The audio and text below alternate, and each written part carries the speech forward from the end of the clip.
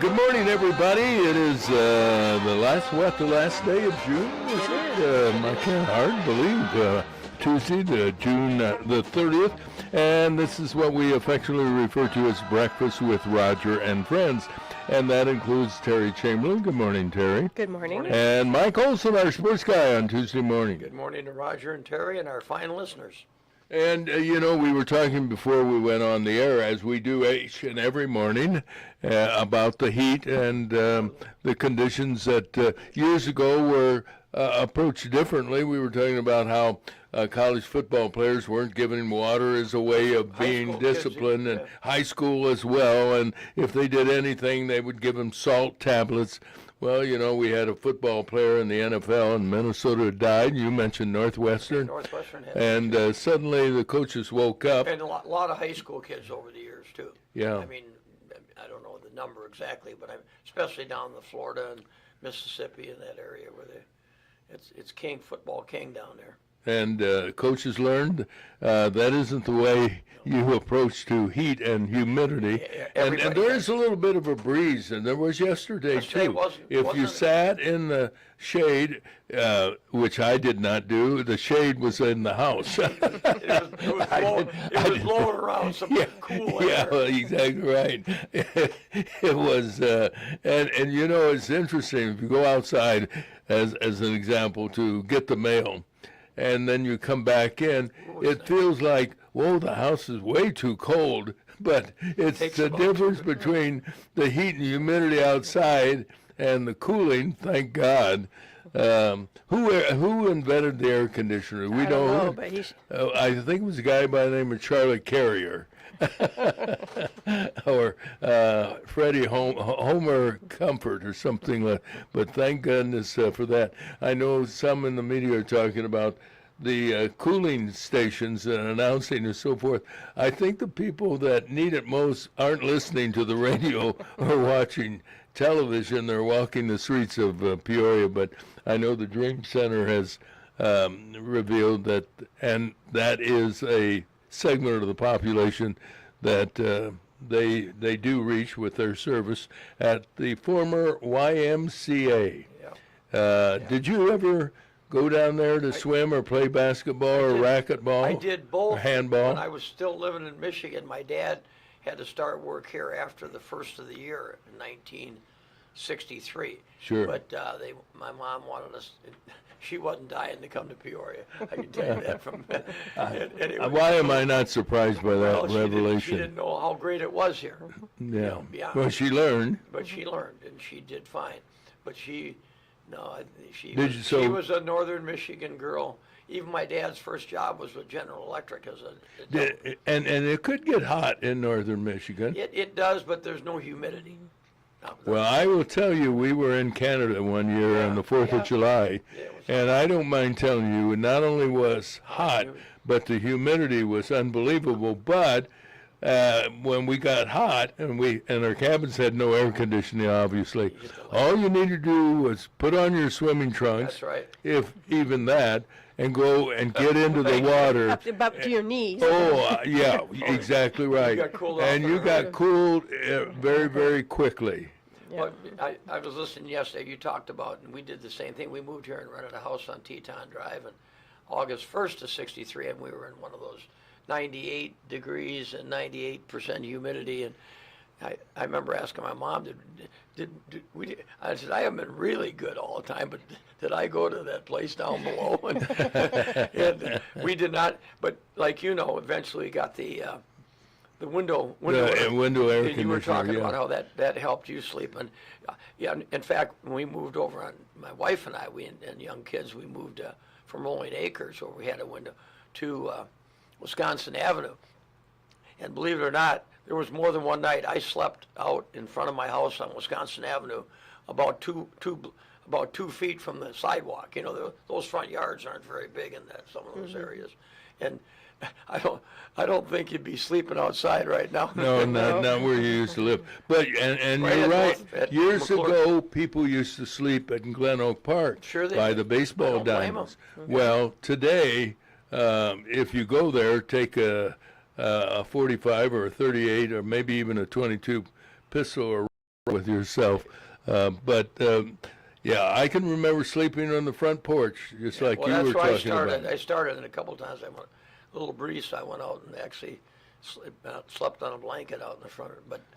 But the other hand, have you heard, are we reinstating the fireworks at Glen Oak? Have you heard that? Somebody tried to tell me. I have not heard that. I have at not all. heard that, No. and I would. I don't. If so, we would have known by think now. by now, right. I think they opted for things on the riverfront, and there were safety concerns as well. Yeah. However, they did put on a good show in we went Glen Oak there. Park. That's where we started Yep. going every year.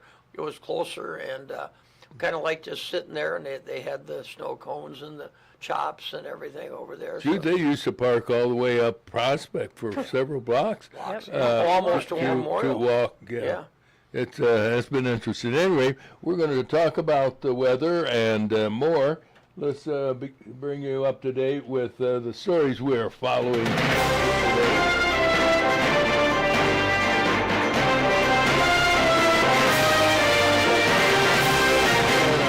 We have a great list of guests this morning. Good. Including Congressman Ray LaHood. Dr. Gene Sidler will join us and talk about ticks. And we'll also talk with John Morris of the Riverfront Museum wonderful. from Washington, D.C. Always a pleasure to talk to Jim or John as well. And there's a possibility that Kevin Sullivan might join us as well. So we have a full lineup of interesting guests and subjects. And one of the subjects we're going to talk about is the weather and the Illinois River. The flood warning remains in effect until Thursday. The Illinois River yesterday dropped to 19.4 feet. Flood stage, 18 feet. The heat advisory is in effect until Monday. Midnight Thursday, with heat indexes possibly reaching 110 degrees. Today, another hot one, a high of 95, a heat index 107, overnight low tonight 75, tomorrow hot and 94, heat index at 105. Thursday we'll hit 95 and Friday 92, with on Friday a 30% chance for thunderstorms. Saturday, the 4th of July, sunny and hot with a chance for showers and a high of 91. Saturday night, thunderstorms, a low of 73. Sunday, sunny, a chance for thunderstorms and a high of 88. And currently 77 degrees, and that's your live weather report, brought to you by our good friend Bob Manning, Senior Vice President, Financial Advisor. And Bob is with the Grandview Capital Group at Morgan Stanley for all your investment needs. He's the go-to guy, Bob Manning. He's been around. You know him. And his phone number 309-671-4653. Morgan Stanley, Smith Barney, LLC, member SIPC. Now let's get into the news with Terry. What do you have for us, Terry? Well, a double shooting in Springfield, Illinois on Sunday ended in Peoria County when state police found the alleged gunman dead in a vehicle in rural Brimfield. Officials say 52-year-old Scott Shaddle killed himself on Cram Road after fleeing Springfield police. I guess it started in Springfield. He was later spotted by officers in Stark County, and the chase was on. The gunman was wanted after he was accused of critically wounding a 33-year-old woman and shooting a 42-year-old man in the arm. Peoria County Judge Sean Donahue has found Raconwan Pickett guilty of first-degree murder. The 26-year-old Pickett shot and killed 19-year-old Quentin Scott Jr. last July 4th, 2022, after an argument over two women. Prosecutors say Pickett shot Scott in the back after they had a fight at Taft Homes. 29-year-old Danny Devine pleaded guilty yesterday in a Peoria Circuit courtroom to sexually abusing two teenage girls. He was charged with 2 counts of aggravated criminal sexual abuse. He'll be sentenced in September. The Peoria Park District announcing plans for renovating Owens Center. You'll like this one, I believe. I read the account, yep. It's kind of interesting. They're having a public unveiling of the proposal 5:30 p.m. July 7th at the rink. The project will cost an estimated $20 million to be financed by bonds and donations. It's going to take a lot of donations to reach $20 million. In a stunning vote, the Supreme Court ruled in favor of a Mississippi law allowing mail-in votes to be counted even when ballots arrive after Election Day. Republican Justices Amy Coney Barrett and John Roberts joined with the 3 Democrat judges in the 5-4 vote. Barrett, appointed to the High Court by President Trump, added salt to the political wound by writing the majority opinion. Justice Samuel Alito wrote the dissenting opinion and said the ruling means the electorate does not decide who wins on Election Day as suggested by the Constitution. The High Court also slapped the president by refusing to reveal his appeal over the awarding of $5 million to newspaper columnist Jean Carroll, who claimed he sexually abused her in the 1990s, though in court she could not remember the year or the store or the place where the alleged attack took place. But apparently the jury could. A New York jury also awarded Carroll another $83 million in a separate defamation case involving the woman. Trump said he'll continue the fight against the liberal courts and judges, weaponizing to bring him down, if only financially. We'll talk with former Congressman Ray LaHood about the legal decisions at 6:30 this morning. Meanwhile, the Department of Justice has launched an investigation into the financial activities of Chinese financial tycoon Neville Roy Singham. The Chinese radical has allegedly pumped $285 million into a number of American companies pushing anti-American activities. Tick bites are on the increase this year.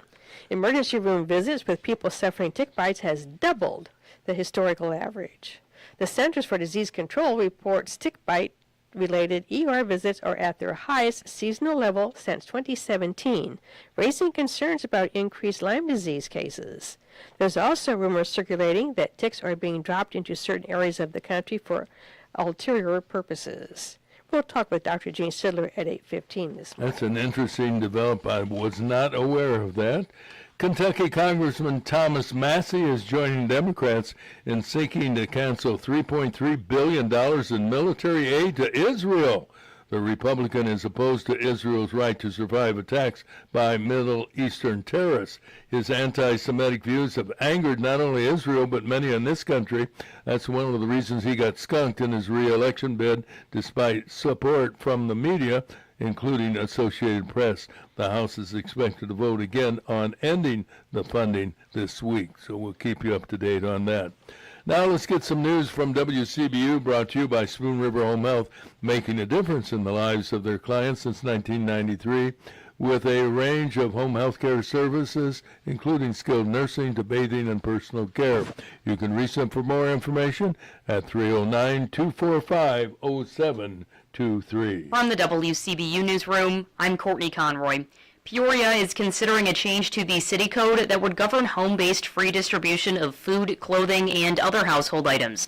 City Planning and Zoning Manager Debbie LaRue says the proposed amendment related to food pantries in residential districts would fill a gap and address concerns over public health and safety. It provides standards regulating the types of items that can be distributed, and then the size, design, number, and placement of containers used for storage or display of those items. The City Council is expected to vote on the code change next month. A new study backs up Illinois' booming creative economy with hard numbers. The arts are Illinois' 6th biggest industry, ahead of transportation and insurance, according to new data from Arts Alliance Illinois. But Alliance Executive Director Claire Rice says those numbers don't even tell the whole story. Individual creative worker impact is extremely hard to measure, and we've taken a crack at that, but it is an underestimation, we believe, of what the total impact is. The study includes twin data sets for Chicago and the rest of the state. Rice says outreach is ongoing to conduct regional studies in downstate areas. A prediction market platform is suing Illinois over a new tax passed in the state budget. Kalshi is a prediction market platform that is heavily used for sports betting. They're suing Illinois over a new tax set to take effect on July 1st that will add a transaction tax on Kalshi and other prediction market forums. The lawsuit alleges the tax violates federal law and steps on the U.S. Commodity Futures Trading Commission's exclusive jurisdiction over these platforms. And the Illinois Department of Natural Resources is monitoring an extensive die-off of silver carp in the Peoria Pool of the Illinois River. Deceased fish from the area between Henry and Peoria continue to flow downstream, releasing an unpleasant odor near affected areas. Biologists believe the incident is naturally occurring as a result of spawning stress and water chemistry changes brought on by recent rain. There is no evidence of chemical contamination or pollution, and no indication of any ongoing water quality problem. No other native fish species have been affected. I'm Courtney Conroy. All right, let's get into the world of sports. Lots of things to report from the WAGU scoreboard. Here's Michael Olson, everybody. Thank you very much, Roger. Nice to be here with you and Terry this morning and our fine listeners. Well, the Chicago White Sox are now officially in first place in the American League East. Remember, that's the team last year that They were terrible. they lost like 30 of their first 40 games or something. I'm just throwing out a number here, but it wasn't very. It was poor. And one thing I'd like to share with some of our listeners that might remember the name, but there's a young man by the name of Anatachi. Sounds a little bit like Agatucci, but it's Anatachi out of Springfield, Illinois, that played at Heartland Community College. Then he went 1 year to Coastal Carolina. He was a 6th-round pick 2 years ago. By trade, he was a shortstop, a middle infielder. They're loaded at those positions, the White Sox, believe it or not. They put him in left field back about May 15th from AAA. He's been playing off and leading off ever since. You wonder how many guys are in the minor leagues that should be in the major leagues, because there are so many. We were talking about before we went on the air. A plethora of guys hitting under 200, and they're still in the major leagues when they ought to be in the minor leagues. And maybe some of these guys who are playing AAA ball should be in the major leagues. Well, and I bet you, I don't know the salaries per se, and I try not to even worry about them because they kind of get a little. You get a little envious, right? Well, what's he or making that irritated kind or of money something by for? 'em, Yeah. But especially if they're hitting 182 or something. Right. But it's just amazing that this young man, he can't be much over 23 years old, and he's made the transition to left field for him because he's an athlete. I try to tell parents and people this. Well, my boy's a shortstop. Well, he's 5 years old.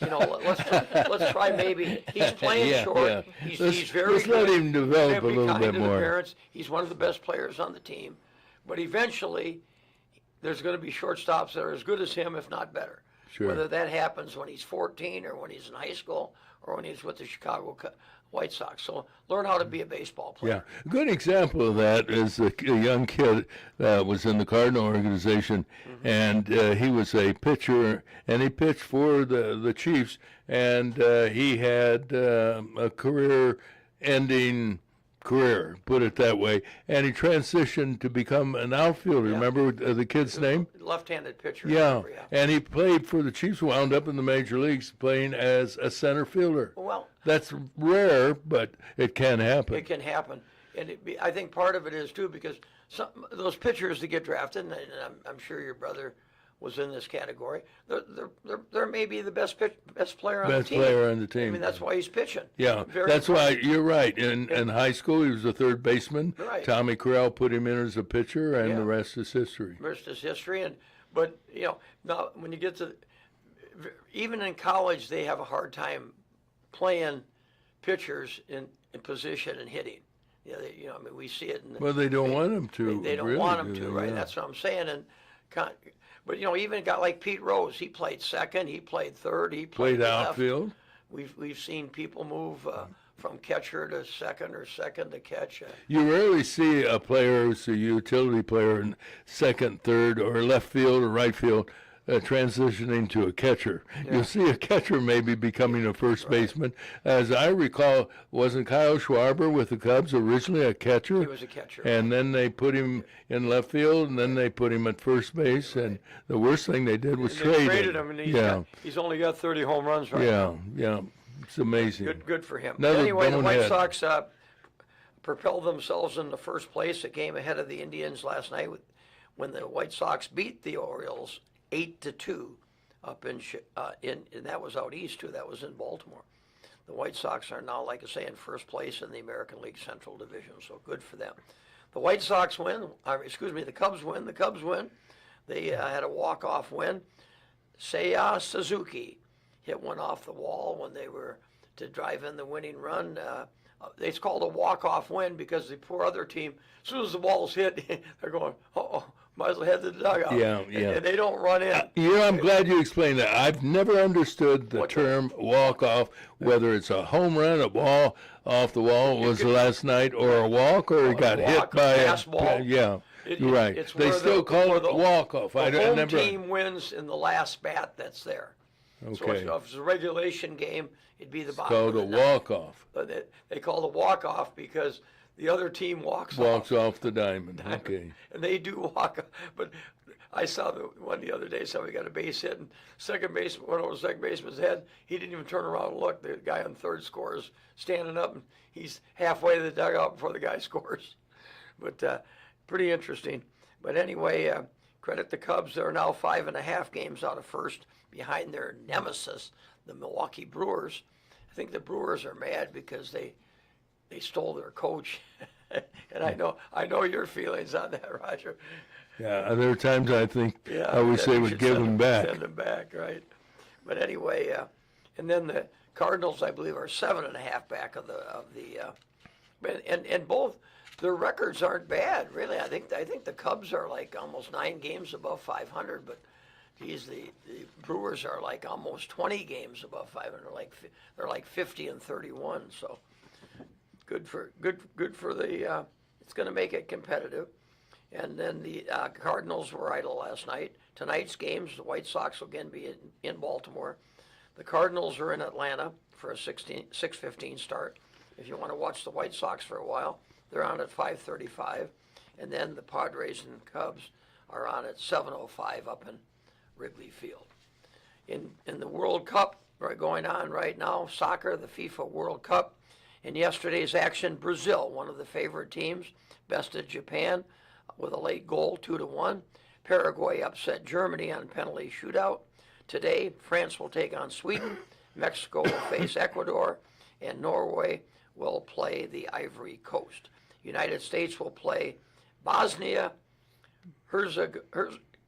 Herzegovina on Wednesday at 7 p.m. That's tomorrow. 7 p.m. U.S. goes at.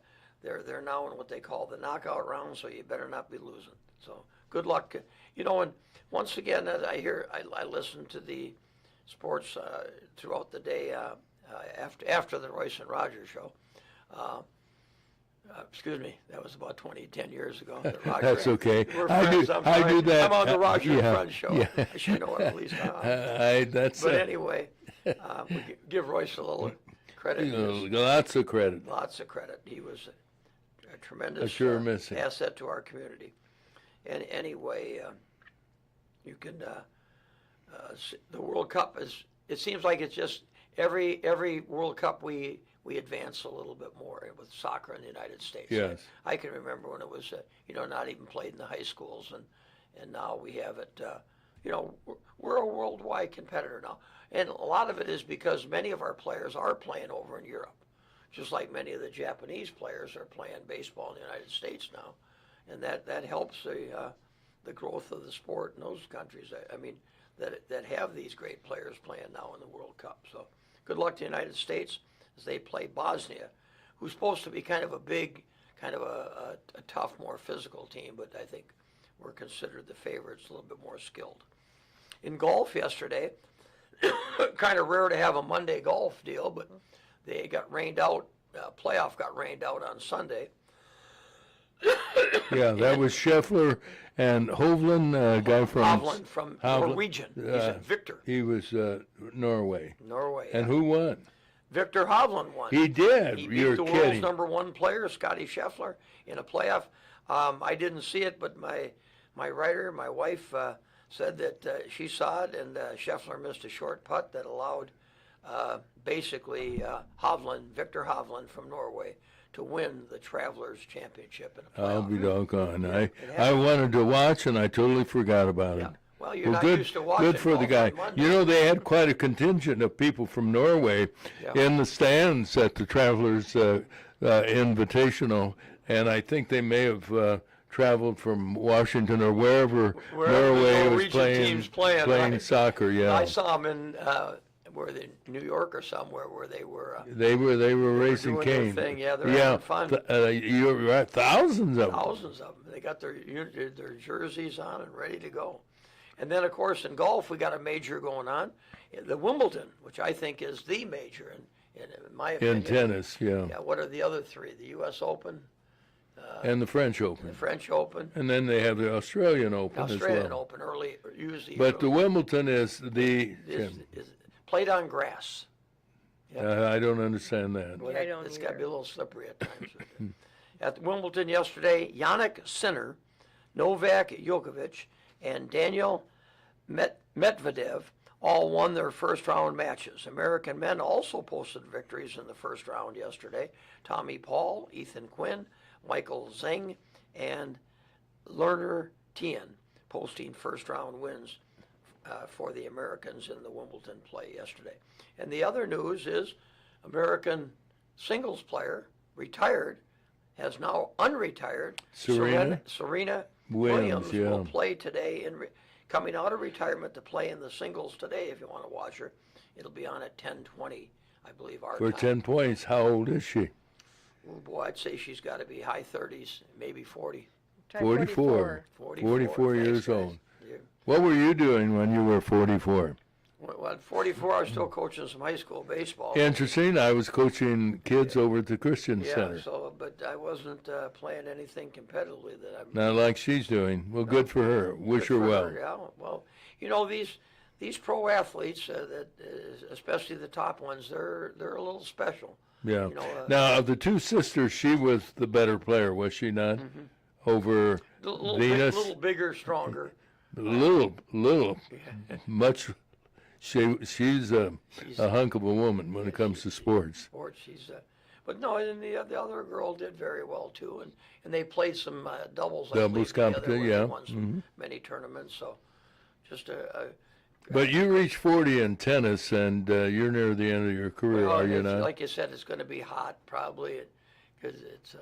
But hey, she's going to give it a go. So give it give her best, credit. you bet. She probably has at least probably 2 kids now, if the truth is known. I don't know that for a fact, but I know. Well, that'll work. That'll keep you in good condition. That'll keep you running around, you bet. And that's sports on WAZU 90.7 FM in lovely Peoria, and on the worldwide web on care of Roger and Friends LS. So You got it. let's enjoy LS the day. used to mean Lucky Strike, means fine tobacco. Hey, just in time for a summary of the news at the bottom of the hour, as we normally do each and every morning. So we get into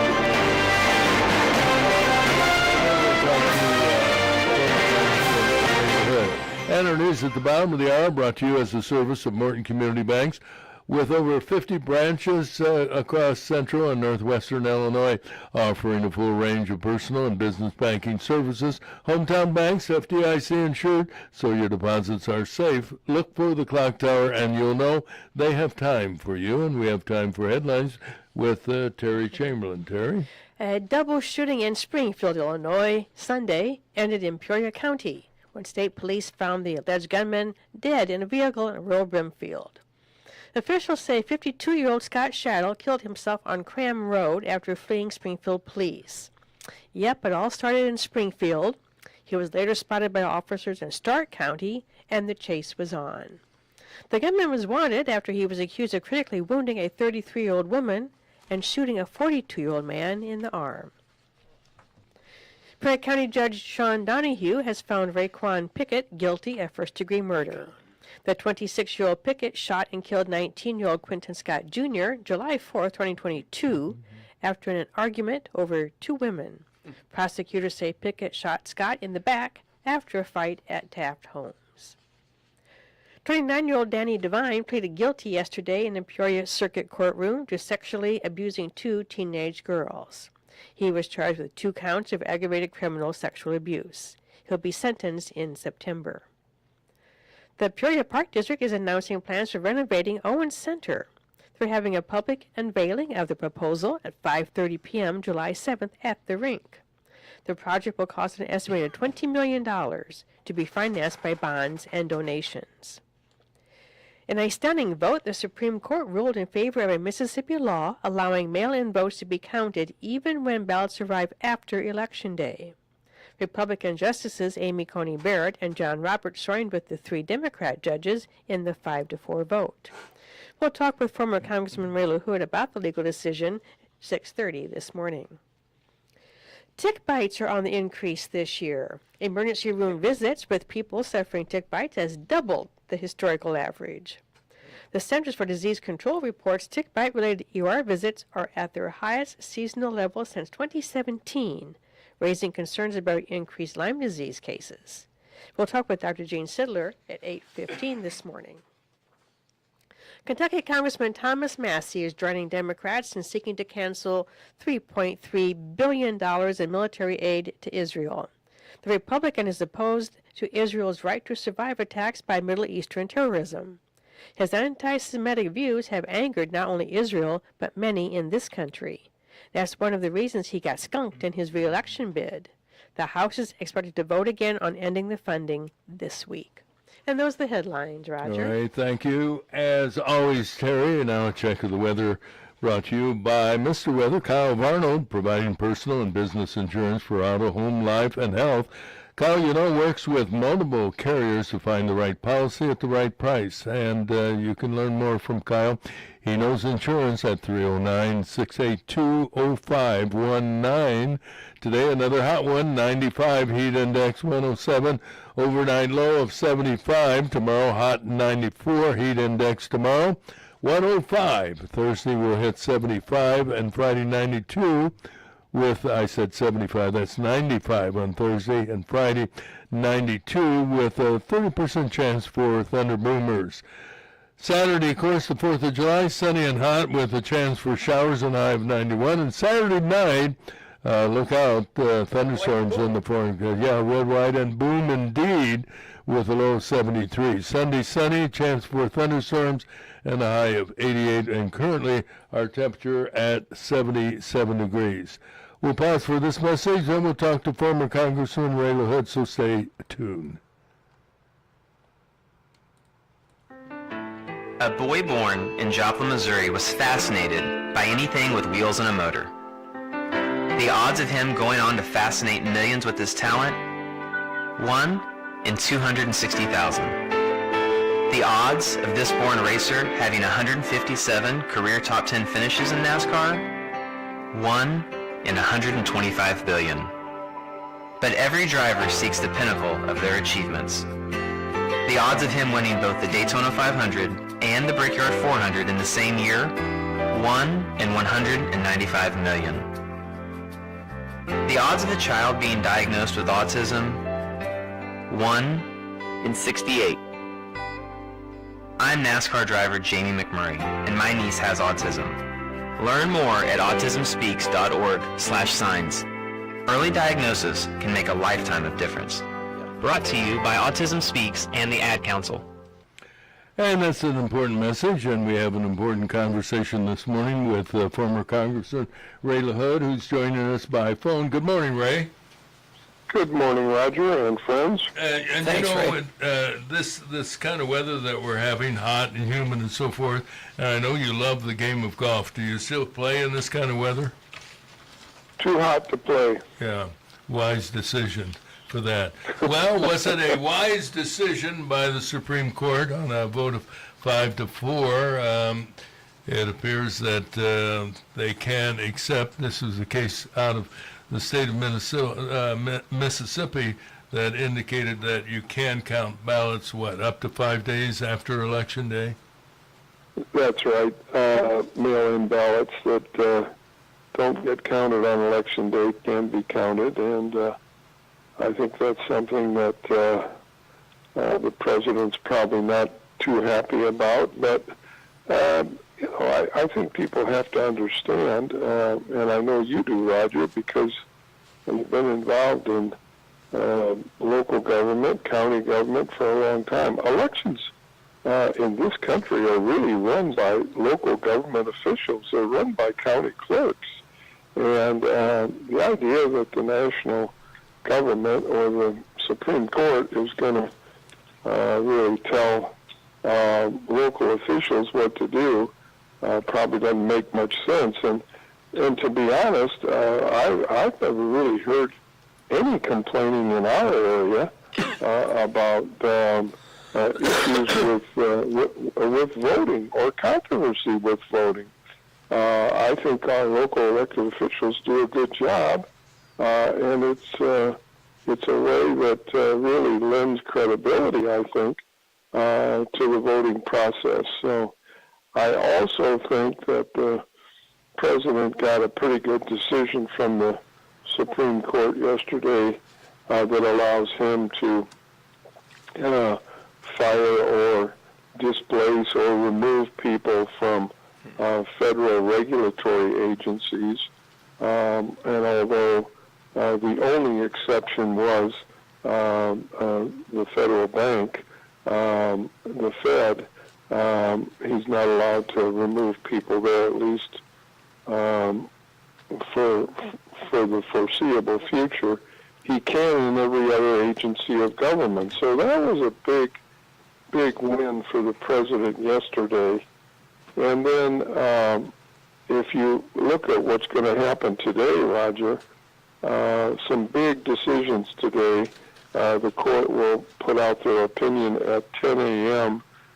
Eastern Time very shortly, their opinion on whether transgender teens are able to play sports, and that will be a big decision.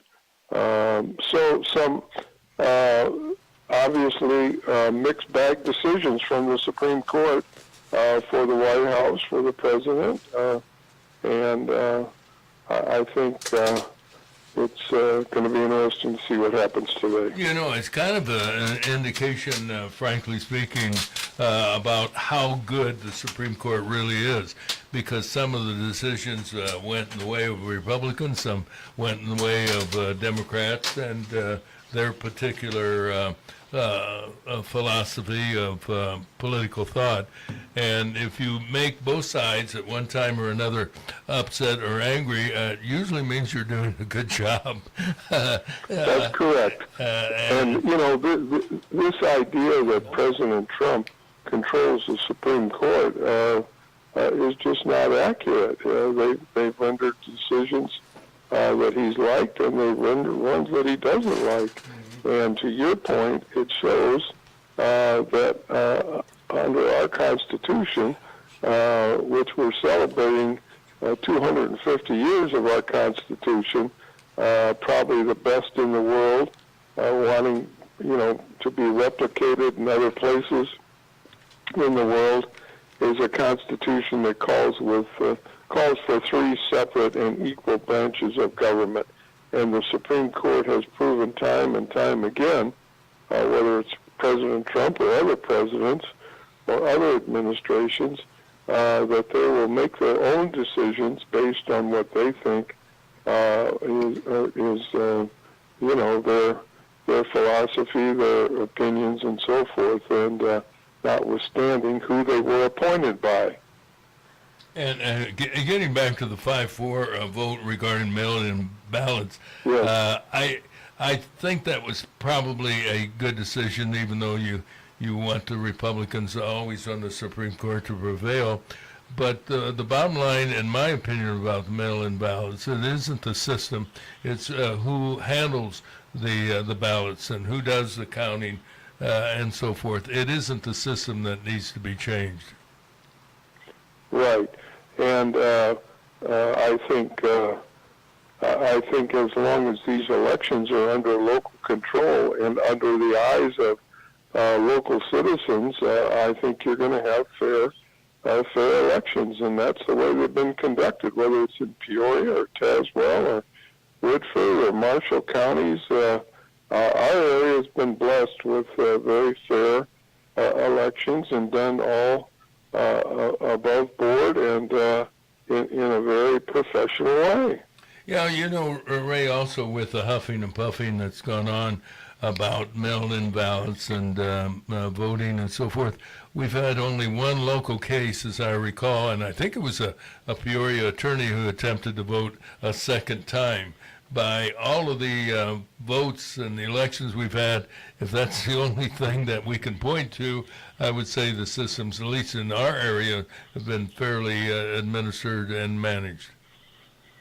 Yeah, and when Florida had the problem back in the Bush-Gore presidential election, what did they do, Roger? They changed their election law, and now they have no problems there.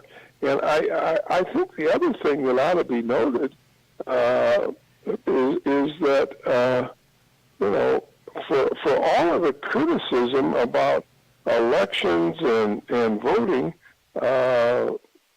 look at Republicans won these elections. I don't get why they're complaining about them. They won the White House, they won the House, they won the Senate, and all of this, belly aching and criticism is from the party that won the last elections. Yeah. Speaking of court cases, and you may not want to comment on this, but I've kind of followed this case in which this newspaper columnist has won now $5 million and $83 million. I'm sorry, whether it's true or not, and the president denies any wrongdoing, how you can receive $83 million on wrongful comments is beyond my imagination. I mean, we don't have professional baseball players making that much. There are some who make more, obviously, but that's ridiculous. I agree with you, Roger. That's just a ridiculous sum of money, and I don't care how wealthy you are. Nobody can really account for how that can be a fair decision. And you would think there would be some provisions in the law for an appeal of that, but it looks like it's there. It's going to stand, yeah. and it's inconceivable to think that anybody could pay that amount. Bring us up to date, if you would, Ray. I have no idea who the Republican candidate is running against Eric Sorensen, who spends a lot of time in Peoria, even though he lives in the Quad Cities. Is there a Republican running against him? Yeah, there's a Republican running against Eric Sorensen. He's a small businessman. He owns, I think, six coffee shops around the 17th district. He worked very hard in the primary against a significant opponent from Carroll County and won the primary. And I've met with him a couple times. I think Darren's met with him a couple times, and he's now trying to get organized. The district has really only slightly gone Democratic the last couple of elections, and I think it'll be a close election, and he's working hard, and I will get after him to get on your show so people can meet him, Roger. Okay, that sounds good. Where are we on the ballot initiative about redistricting and drawing the borders and so forth? I know you hooked up with a Democrat whose name escapes me as co-chair. Yeah, Bill Daley. Bill Daley. How can I forget the name Daley out of Chicago? But where are you? I know it's a big battle to get the necessary signatures on petitions. Yeah. We've given up for this year, Roger, because we could not raise the money to get the 400,000 signatures that were needed in order to get it on the ballot. It's still a good issue. It's one that should be addressed, but it's one that will not be addressed in this election cycle, just simply because it would have taken an enormous amount of money, several $1 million, to get the signatures collected, 400,000, actually 445 to be exact.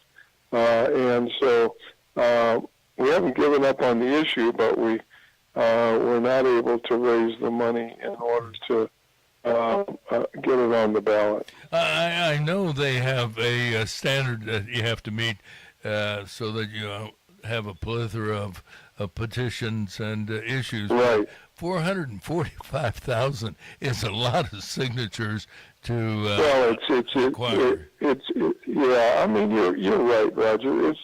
It's a number that is so high that it's almost impossible to meet it unless, as I said, you can raise the money to get the signatures, and it's set that high to try and dissuade people from getting these kind of referendums on the ballot. Yeah, you're right. Because politicians don't want them on the ballot. No, you're exactly right. Well, anything else? Yes, Mike, you had something. I just say 500,000 almost. That's a lot of signatures. Yeah, Try to go out and get that's a lot 20 of sometime. Say, there's exactly. one other thing I wanted to ask you about. We're seeing a lot of polls being taken. Fox is big on polls. Why they're big on polls, I don't know. But they just had one this morning about what people think about patriotism and loving America. And they act like the poll is accurate. Well, I watched and read as quickly as I could the small print. You want to tell me how many people they surveyed for the percentages of who love America and who don't? You want to know how many people they surveyed out of how many million in the United States? It's What's the 280 million. I'm just. yeah, it's a huge number, but they surveyed 1,004 people. You will never convince me 1,004 people reflect the feelings of millions of Americans. And it was the Gallup, and as you know, Gallup was chastised decades ago for inaccurate survey results. But Fox is in love with surveys, and they act like it reflects everybody's feelings. When was the last time you got surveyed, Ray? I can't. I don't know if I've ever been surveyed. Exactly. I make my case with that. And not only that is where's the survey taken? I could get 1,000 people of a certain area. You're right. Not only, but what were the questions and how were the questions phrased? They're all questions that. Well, that's the thing. The way these polls are done, they're so slanted in the way that they're worded that so they can get the result that they wanted. I think everybody can remember, well, the poll showed that Hillary Clinton was going to win in a landslide. I thought that would bury the polls, but they're alive and well again, for that matter. Any other final thoughts as we enjoy the birth of the United States of America? Well, if you're doing a July 4th celebration broadcast, I want to be included. But okay, it'll be Friday, July 3rd.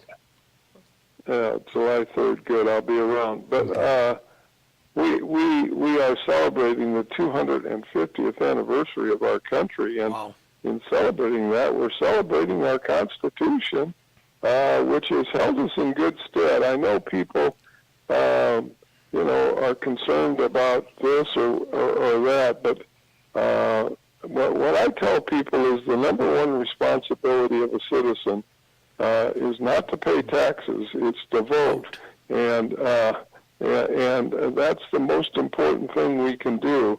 And we will continue to celebrate the Constitution that has really held our country together, and I think it's something that we all can be very, very proud to live in a country like we do, where we have the freedoms that are guaranteed by the Constitution and nobody can take them away. Well said. Great. I do want to tell you, John Morris, who's out in Washington, D.C., will be joining us at 7:15 this morning to talk about the participation of Peoria on the National Mall. And one final thought. I am concerned because you have such a great love for golf. Would you be up for a round of golf at a miniature golf course sometime this week? With you, I'd love to. Okay. All right. Well, we'll check into that. In the meantime, But, I don't want to get between you and your nap, so let me know what time you want to yeah, play. and rest assured you won't. Not over a miniature golf game, anyway. Yeah, naps have become very important to me at this point in my life. Hey, Ray, God bless you. Thanks for talking with us Thanks. this morning. Thanks, Ray. Sure. You bet. Bye-bye. Ray LaHood. We'll be back with more details about the weather. 77 degrees currently after we pause for our pet tip of the day. Today's pet tip is brought to you by Peoria Pet Crematory of Peoria and Lewiston, providing final care for family pets large and small, 24 hours a day, 7 days a week. Their phone number is 713-1898. That's 713-1898. More information is available at peoriapetcrematory.com. Pet lovers are dedicated to their animals, all species from horses to turtles and of course cats and dogs. If you are a pet lover, learn these little-known, somewhat amazing facts about your pet. The arrival of warmer weather means more time outside for you and your pets. But even in your own backyard, there are some potential hazards that could get in the way of fun. And so can the products we use to keep the slugs from eating those plants. A new type of slug bait is on the market and often advertised as organic and safe for pets and children.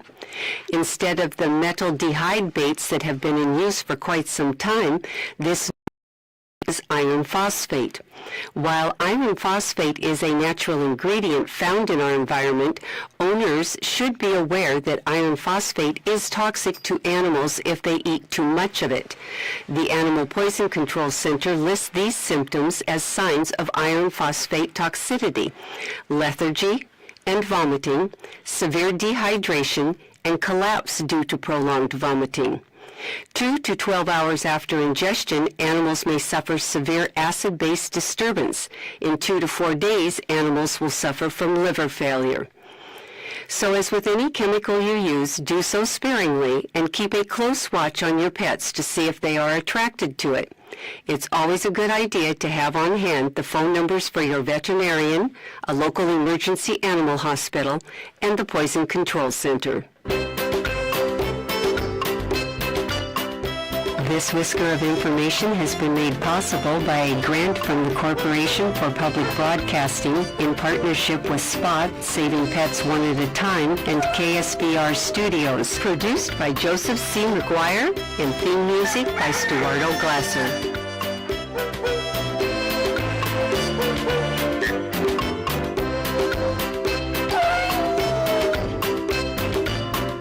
Today's pet tip has been brought to you by Peoria Pet Crematory of Peoria and Lewiston, providing final care for family pets, large and small, 24 hours a day, 7 days a week. Their phone number is 713-1898. That's 713-1898. More information is available at peoriapetcrematory.com. Thank you, Louis Linder. Are you familiar, Terry or Mike, with slugs? I've heard of them, but I don't know what slugs are. It's picture a snail without its shell. Okay. Oh, really? To me, that's called a worm. No, slugs are short, squatty, fatty. They're Kind of roll yeah. up. Are they in gardens? Are they Yes. in lawns? Slugs. usually in gardens. Yeah. You'll see them on your plants sometimes. Okay. What I referred to as a kid, slugs were things you'd try to put into you found Yes, and The nickel slug. little Yeah. coin about the size of Yeah. a nickel. Yeah, And then you you're go right, try it like in a bubble gum in a bubble machine. gum. and Yeah, yeah. Jam that machine Yeah. the Yeah. next week. You know, interesting. I got out of the car this That's what we morning. call them, I slugs. saw a quarter on the parking lot, and go. I did bend over to pick it up. There were times when, if it were a penny, I wouldn't Oh, I do. do it. But I do. You know, you see anything that, whether it's a penny or. And by the way, what has happened? You got this penny scare. And there's even signs in drive-up windows, you know, we're going to round it off and so forth. I've yet to have anyone round it off. When I've made change or given change, I've given, like yesterday, I stopped at the drive-in, and they came to $14.09. Well, I had 9 pennies, or maybe it was a nickel and 4 pennies I handed them, and they didn't say, "Oh, thank you, we need pennies." Is that scare kind of overblown? No. You know, I think it's I've going to had- get worse as the pennies are not, you know, Being manufactured, yeah. and pennies will be saved now too. Needless to say, I'm thinking. You think that someday a penny's going to be worth more than a penny? No. I don't think so No, either. probably not. But there'll be some people that will save them, and hope of kind of like your Caterpillar stock that some people bought for 35 and 40 bucks. Oh and they're now yeah, over or 1,000. yeah. I don't know what it is today, but It's still reached- over 1,000. I think. It is over 1,000. Well, it was the other day. Yeah. Yeah, on the news last night, and I couldn't read it very well I because it cannot went across the imagine room. that. But it was, I saw 1,000 something. It was and I thought, over wow. 1,000. Yeah, it is I amazing. have one family member that the wife, father, who worked at Cat and bought all his stock, you know, with his. What's with his today's paychecks, Caterpillar stock? and they matched it back in those days totally. $1,033? Are you kidding? $1,040. I told you. That's just unbelievable. And, they, Uh, and she's what got has happened. 280 of them. Can you multiply 280 and add 3 zeros? That's $280,000. Yeah. I don't. I don't have just in her 280. cat stock. Yeah. When you look back on it, when I bought it at $25, I bought $500 worth for each one of the sons. I'm sure they have since cashed them in many years My dad gave ago. all of us 100, and I cashed mine in for, I think it was 192. I said, well, we better get it here before it gets 200. It's just, hey, coming up in the next hour, we're going to talk to John Morris, Good. Executive Director and CEO, President of the Riverfront Museum. He is in Washington, D.C., and Peoria does have a display on the National Mall. Illinois, no surprise, under Governor Pritzker, said, due to budget problems, we're not going to participate. Well, we know what the game is, but the Riverfront Museum is there, and we'll talk to John Morris John is there. about what the contribution is with all 50 states being represented in one way, shape, or another. I don't know if you've watched any of the proceedings on the National Mall. Something else that the president has done has relit the Washington Monument. For years, it was dark at night. Well, now it's going to be lit.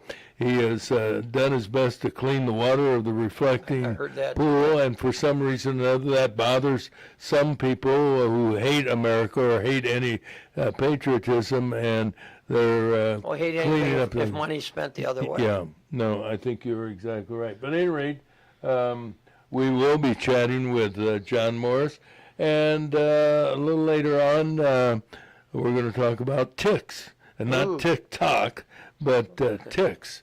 And it is always a concern for hunters who go into the woods, or people who Kids, pick mushrooms, which is a big tick area. a tick area. This is not the time to pick mushrooms, however, and this isn't the time to hunt either, for that matter. But there are people who walk around the woods loving nature. So Dr. Sidler will join us and talk about tick bites and all things related. We used to to get that. a little bit in northern Michigan this time of year as you started blueberry picking. Oh yeah, really? Blueberries? Yeah. Michigan is known for its blueberries. Oh, you can get just go in, Michigan City, Indiana, and then you go into New Buffalo, Michigan, which is only about 3 hours from here. Did you have any in your neck of the woods in Escanaba? Oh yeah. Were they good size? Some of these blueberries, I like blueberries, they and were I get the average little up there. dinky things. Yeah, they were average, but the ones in the New Buffalo area, right? Were right good out size? there, They're pretty good size, and they've got actually blueberry farms where Ooh. you Can you get blueberry pie? Oh, I'm sure you can at these places now. But the biggest thing is they give you a pail, and then or a bag. But, and then they Go out bring the and pick bag your and own. you come out, you know, and Yeah, then like you a pay so strawberry much, you picking pay so around much. here, But yeah. I mean, you can pick, 3 or 4 pounds in, a couple hours. Yeah. Terrific. All right, stand by. News, weather, sports coming your way at the top of the hour on Breakfast with Roger and Friends on WACU FM 90.7 in Peoria, and also on YouTube at Roger and Friends LS. Glad to see everybody watching on YouTube. Stay tuned.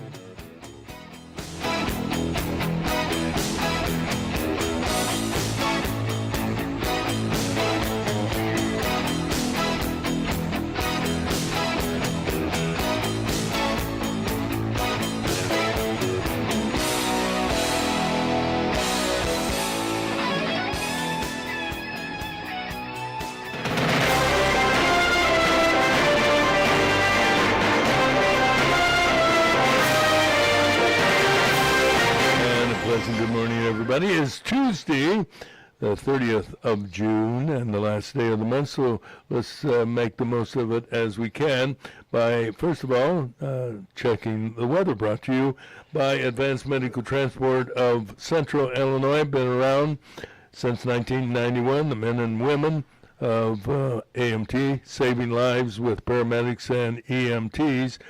And you do know their wonderful slogan and theme line, when seconds count, you can count on Advanced Medical Transport of Central Illinois, a wonderful organization. The flood warning remains in effect until Thursday. The Illinois River yesterday dropped to 19.4 feet, flood stage 18 feet. Meanwhile, the heat advisory is in effect and should be until midnight Thursday. Heat index is possibly reaching as high as 110 degrees. Today, another hot one, 95, heat index 107, overnight low 75. Tomorrow it'll be hot and 94, heat index 105 tomorrow. Thursday we'll hit 95, Friday 92 with a 30% chance for thunderstorms. Of course, Saturday's a big day, the 4th of July. Sunny and hot with a chance for showers. 91 on Saturday. Saturday night, of course, that's the big night of the fireworks, red, white, and boom. And we are going to look at a good chance for thunderstorms and an overnight low 73. Sunday, sunny, chance for thunderstorms, and high of only 88. Hey, cooling period. Right now, though, we're at 78 degrees, and that's your live weather report. Now the news. Terry has our lead story. A double shooting in Springfield, Illinois on Sunday ended in Peoria County when state police found the alleged gunman dead in a vehicle in rural Brimfield. Officials say 52-year-old Scott Shattle killed himself on Cram Road after fleeing Springfield police. Yep, it all started in Springfield. Then he was later spotted by officers in Stark County, and the chase was on. The gunman was wanted after he was accused of critically wounding a 33-year-old woman and shooting a 42-year-old man in the arm. Peoria County Judge Sean Donahue has found Raquan Pickett guilty of first-degree murder. The 26-year-old Pickett shot and killed 19-year-old Quentin Scott Jr. July 4th of 2022 after they had an argument over 2 women. Prosecutors say Pickett shot Scott in the back after they had a fight at Taft Homes. 29-year-old Danny Devine pleaded guilty yesterday in the Peoria Circuit courtroom to sexually abusing 2 teenage girls. He was charged with 2 counts of aggravated criminal sexual abuse. He will be sentenced in September. Here's some good news. The Peoria Park District announcing plans for renovating Owen Center.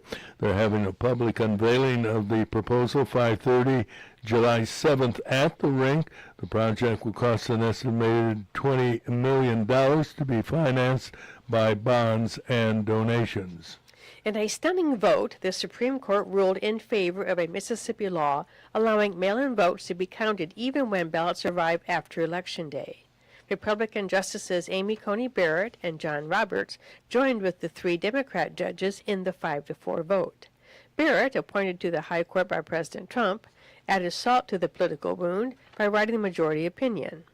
Justice Samuel Alito wrote the dissenting opinion and said the ruling means the electorate does not decide who wins on Election Day as suggested by the Constitution. The High Court also slapped the president by refusing to review his appeal over the awarding of $5 million to newspaper columnist E. Jean Carroll claimed he sexually abused her in the 1990s, though she could not remember during the trial the year or the store even where the alleged attack took place. A New York jury also awarded Carroll another $83 million in a separate defamation case involving the woman. Trump said he'll continue the fight against the liberal courts and judges weaponizing to bring him down, if only financially. Meanwhile, the Department of Justice has launched an investigation into the financial activities of Chinese financial tycoon Neville Roy Singham. The Chinese radical has allegedly pumped $285 million into a number of American companies pushing anti-American activities such as protests and demonstrations. Tick bites are on the increase this year. Emergency room visits with people suffering tick bites has doubled the historical average. The Centers for Disease Control reports that tick bite-related ER visits are at their highest seasonal level since 2017, which raises concerns about increased Lyme disease cases. There's also a rumor circulating that ticks are being dropped into certain areas of the country for ulterior purposes. We're going to talk with Dr. Gene Sidler at 8:15 this morning about this matter. Kentucky Congressman Thomas Massey is joining Democrats in seeking to cancel $3.3 billion in military aid to Israel. The Republican is opposed to Israel's right to survive attacks by Middle Eastern terrorists. His anti-Semitic views have angered not only Israel but many in this country, and that's one of the reasons he got defeated. I mean, he was really hammered in his re-election bid, despite a lot of support from the national media. The House, by the way, expected to vote again on ending the funding this week. That's a look at some of the stories we're following. Now we get news from WCBU, and it's brought to you by our good friends at Advanced Medical Transport. And they are taking care of people with paramedics and EMTs, as you know, serving 65 communities with 54,000 emergency calls a year. When seconds count, you can count on Advanced Medical Transport of Central Illinois. From the WCBU Newsroom, I'm Courtney Conroy. Peoria is considering a change to the city code that would govern home-based free distribution of food, clothing, and other household items. City Planning and Zoning Manager Debbie LaRue says the proposed amendment related to food pantries in residential districts would fill a gap and address concerns over public health and safety. It provides standards regulating the types of items that can be distributed, and then the size, design, number, and placement of containers used for storage or display of those items. The City Council is expected to vote on the code change next month. A new study backs up Illinois' booming creative economy with hard numbers. The arts are Illinois' sixth biggest industry, ahead of transportation and insurance, according to new data from Arts Alliance Illinois. But Alliance Executive Director Claire Rice says those numbers don't even tell the whole story. Individual creative worker impact is extremely hard to measure, and we've taken a crack at that, but it is an underestimation, we believe, of what the total impact is. The study includes twin data sets for Chicago and the rest of the state. Rice says outreach is ongoing to conduct regional studies in downstate areas. A prediction market platform is suing Illinois over a new tax passed in the state budget. Kalshi is a prediction market platform that is heavily used for sports betting. They're suing Illinois over a new tax set to take effect on July 1st that will add a transaction tax on Kalshi and other prediction market forums. The lawsuit alleges the tax violates federal law and steps on the U.S. Commodity Futures Trading Commission's exclusive jurisdiction over these platforms. And the Illinois Department of Natural Resources is monitoring an extensive die-off of silver carp in the Peoria Pool of the Illinois River. Deceased fish from the area between Henry and Peoria continue to flow downstream, releasing an unpleasant odor near affected areas. Biologists believe the incident is naturally occurring as a result of spawning stress and water chemistry changes brought on by recent rain. There is no evidence of chemical contamination or pollution, and no indication of any ongoing water quality problem. No other native fish species have been affected. I'm Courtney Conroy. Time for sports, and Tuesday morning we have the coach here. The coach is Mike Olson with the latest on the WAZU scoreboard. Good morning, Mike. Thank you very much, Roger. Well, in MLB baseball last night, the Chicago White Sox in first place in the American League AL Central division, leading by one game over the Cleveland Indians now with their 8-2 win last night over the Baltimore Orioles. So congratulations to the White Sox. And the Cubs. Cubs had a walk-off win. Seiya Suzuki got a ball that hit off the wall to drive in the winning run from third base after a double play occurred when Dansby Swanson tried to score on a very short fly ball to left field. Yeah, well, you especially with nobody out, you don't want to gamble. You still got one out, and you're on third, and you gamble, and because you're gambling on a bad throw. You can't. That's what it was. You're right. You can't. You can't beat throw. from the distance he's at. You can't beat a major league arm from that. No. And it was a perfect throw. And I always said, even when I tried it in high school, and you maybe had a weaker hitter coming up next or the next two, and you try it, that's the one time they throw it right on the money. Yeah. You watch the rest of the game, and the ball's bouncing all over the place. I thought there was a rule about blocking the plate because the catcher was sitting on the plate. Yeah, you're supposed to give I him thought room. I thought that was illegal. It technically is, without the ball. Yeah. Without the ball, right? And he didn't have the ball. The ball's in the air. That's exactly right. So, anyway, Cubs win 3-2. They're still 5.5 games behind the Brewers in the NL Central. So, and then the Cardinals are 7.5 games behind. So, but both those teams have winning records. They're just, I did check it out. The Brewers are 51-31. They're 20 games above 500. Wow. And I think the Cubs are 9 games above 500, and the Cardinals are like, 6 or 7 games above 500. So it a little bit depends on how the other teams are doing regarding where you're going to be. Anyway, today's games, the White Sox will be in Baltimore again at 5:35. The Cardinals will be at Atlanta at 6:15, and the Padres and Cubs will go at it up in Wrigley Field again tonight at 7:05. World Cup, FIFA going on. Big soccer action yesterday.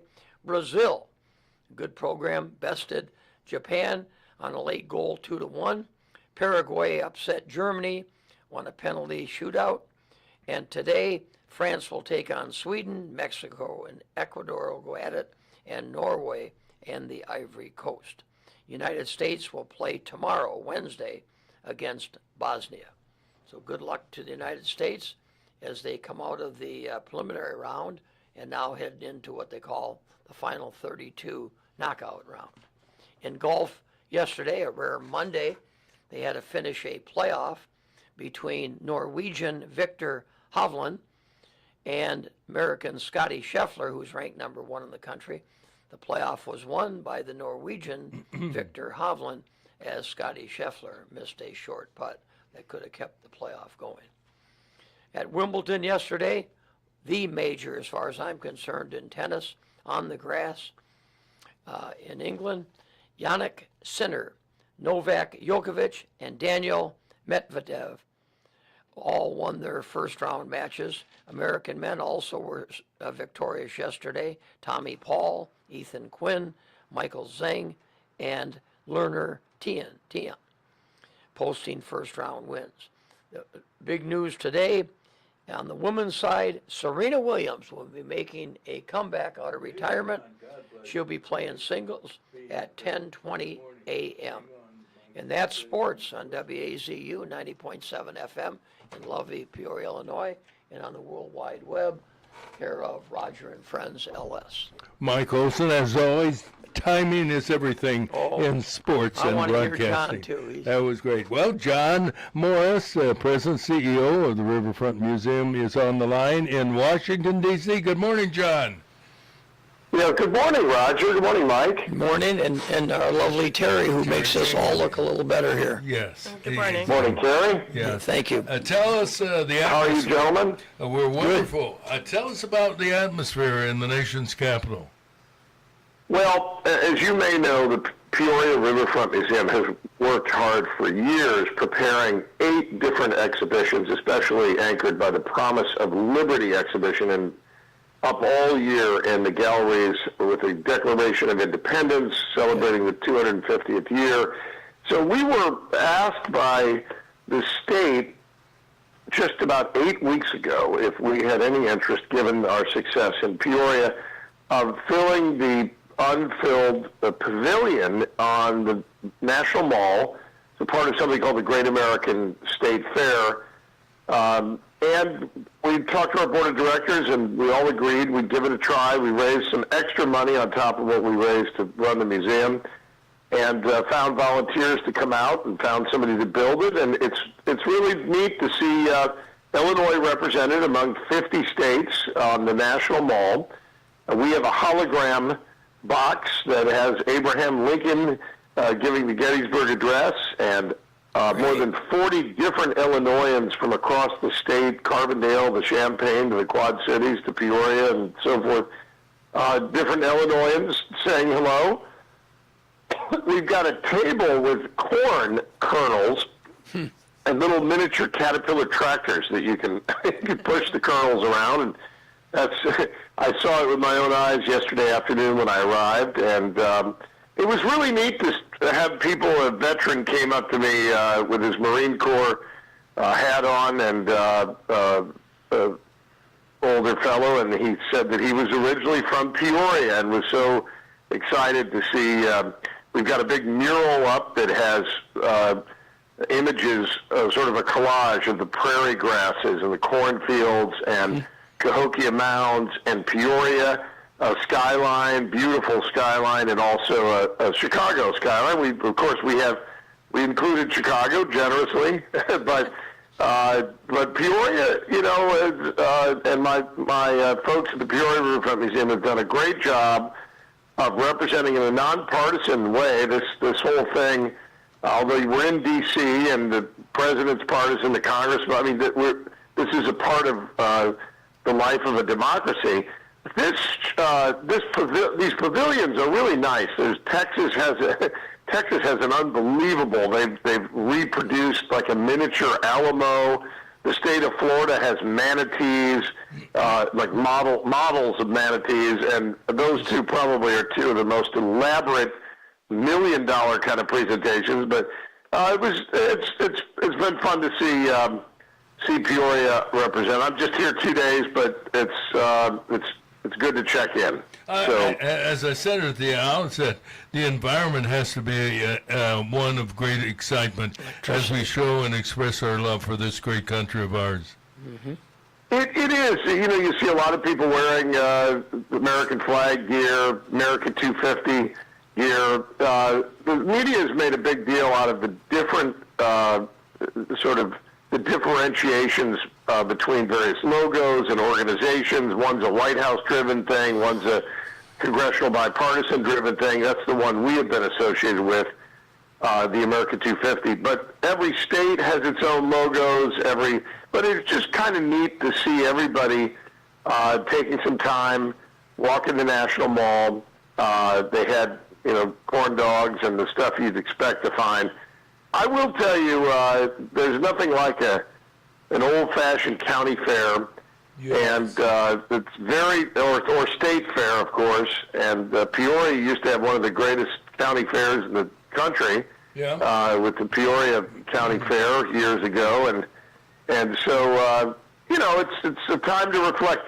I will say all the corn dogs and various pavilions here on the National Mall in Washington aside, it is a good time to contemplate the absolute genius change in world history, that those words, we hold these truths to be self-evident, that all men are created equal, that we are endowed by our Creator with certain unalienable rights, among these life, liberty, and the pursuit of happiness. Those phrases change the very course of human history, not just American history, but of the idea that we're born with these rights and government's job is to protect them. Really started in Philadelphia 250 years ago, 4 days from now, on Saturday, we'll commemorate the passage of the press release, I call it, the Declaration of Independence. So I'll be in Peoria. I'll be in Peoria for the best fireworks display. They just announced that the fireworks here in Washington, which are supposed to be over the top, and I'll be back in Peoria for ours, but they just announced that the fireworks don't start until 11 p.m. That's past my bedtime these days, guys. That's mine too. You got that right. I know, John, you're not there 24/7. Two things. One, what are the hours in which people can attend the 50 displays and so forth? And have you had the opportunity also to meet any people who are from Sweden or Germany or France in for the soccer matches and competitions? I've seen soccer gear all over the hotel. That's the city. They've got a huge, just to the east on the mall is a giant viewing area for soccer fans, and yeah, it's clear that this alignment with the American 250, the world is. The World Cup has come to America, that's for sure. Yeah. Yeah, 10 a.m. Is the opening time each day for these pavilions, and there's a security line, and things you feel very secure. They've got security and volunteers, hundreds of volunteers, really, all over the place here. So I think we did the right thing by answering the call of the state, who couldn't. They had no budget to do it. Many of the states, I mean, it's a lot to mount 15 days of hosting a pavilion to put it together, but we're happy. We're happy we were able to raise the funds and get the volunteers to represent the state of Illinois. How about the reflecting pool? Have you had an opportunity to take a look at that, John, and see what's I haven't seen it yet. Okay. No, I haven't seen it yet. But some of the people who have been down there, who I know, have told me that there may be a corner or the edge of it where you see the algae and the thing. But the media, of course, puts the cameras on those parts of it. Yeah. I will tell you, having had a koi pond in my backyard once upon a time, when you first put the water in that, it takes weeks to balance it out, and there's got to be kind of a chemical balance. It's not like a swimming pool where you put it in and it's crystal clear from the start. You don't. So I don't know. It's probably going to be. That's been kind of a newsworthy focal point. I'll probably get down there in the next couple days just to pay my respects to Abraham Lincoln, our Illinois man. But I've not seen it, Roger. I haven't seen it. John, as always, thank you, God Thanks, bless John. for your leadership and what Mike. you do for not only the riverfront but our community, for that matter. And we're happy to know Peoria is represented on the National Mall. God bless you. It's a pleasure to be here. Happy America 250, gentlemen. We're blessed to be born into this country and to have the freedoms we do. It's a lot to be thankful for. Amen to that. Thanks, John. Have a great time. Take care. You bet. Thanks. John Meisinger, I was going to say. John Morris, God bless him. For many years, the cheerleader of Peoria was Jim Maloof. As the mayor of the city and the leader in St. Jude, he was our cheerleader. This guy, John Morris, is our cheerleader for Peoria now. He's very articulate, he's upbeat, he's excited, and we couldn't ask for any better representation, you might say, for the city of Peoria than John Morris. And with the riverfront representing the state of Illinois, that's another feather, if I can say that, in our cap, for that matter. Well, I had the chance to first meet John when he was at Richwoods High School, and he became our president of the student council. And Are you kidding me? Really? Back Wow. back in the You late knew 70s. he was the leader. Oh, then, he didn't was the you? leader. He was the leader. He was our mascot at the football and basketball games. He was Mr. Richwoods at that time, and now he's Mr. Peoria. That's interesting. In fact, a lot of my associates that I talk to occasionally about mayoral candidates, they think our best choice to be mayor of the city is John. It's John Morris. Morris. That's interesting. Well, he's certainly He's done a great job. People. There's actually bus trips from Chicago schools that come to see our museum. And, Yeah, I know they do they've got come one of from the out of world-class museums. We have bus trips that go from Peoria After Chicago. to Chicago, and we had for many years, I'll give him credit, a science teacher by the name of Chuck Tuggle, who unfortunately passed away of a heart attack, but Chuck would take any lab, if you were taking lab science, not just a general, but if you were taking a lab science, he would organize a bus trip for the kids at Peoria High School, and then he would always ask a number of us, he needed so many chaperones for each bus, and I know I went a couple times, and you'd have to get, substitutes for your classes that were still there at school, but great museum, but I'll tell you, our museum in Peoria, if you haven't seen it, folks, you need to see it. It's quite a place, isn't it? No, Yeah. and it's right here. Yeah. I think sometimes we think something just because it's within, a 50-mile radius or something that there's something not good about it, but it's all good. It's all good. And John represents the belief that many of us hold that you don't have to go out of town to fill leadership positions. We have Jim Shattuck, who is president of Bradley University. We know he's off to a great start in turning the university around and meeting the financial challenges in the academic world.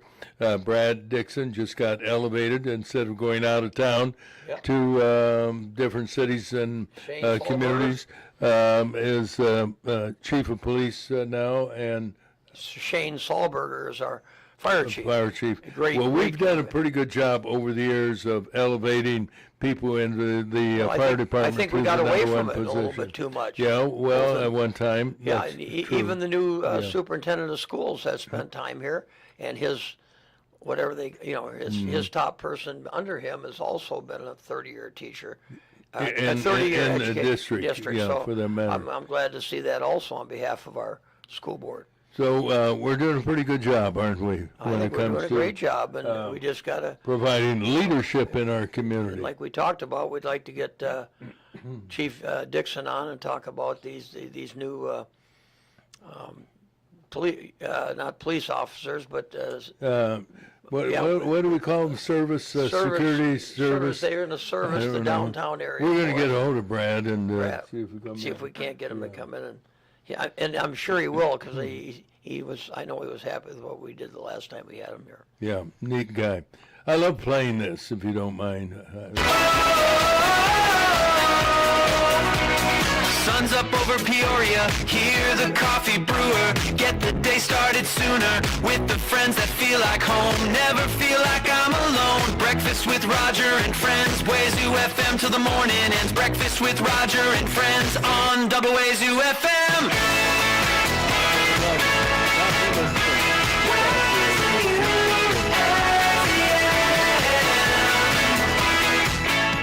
It is amazing. I'd like to say I'm glad that this was done.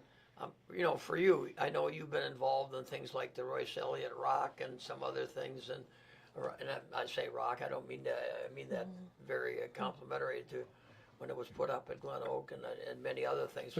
Transpired and restarted. I like. Yeah, you're right. That was wonderful. And your work with the on Memorial Day downtown But it's still nice when somebody does something for whoever it is too. I believe, and you deserve that. Well, I just the appreciate fact. it. I mean, I think Teri will bear me out. She does it more than I do. What do you do? What, 3 or 4 days? 4 days. 4 days a week. I do it one Sometimes day. 5.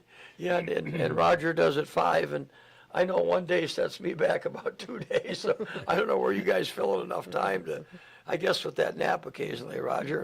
And guess what? The nap I will helps, take a nap this afternoon too. Yeah. Because people don't realize I'm up at 4:45, so I'm sure you guys are somewhere in that vicinity. 4:30. Yep, 4:30, and you also spend Every morning. at least an hour to 2 hours every night. Yeah.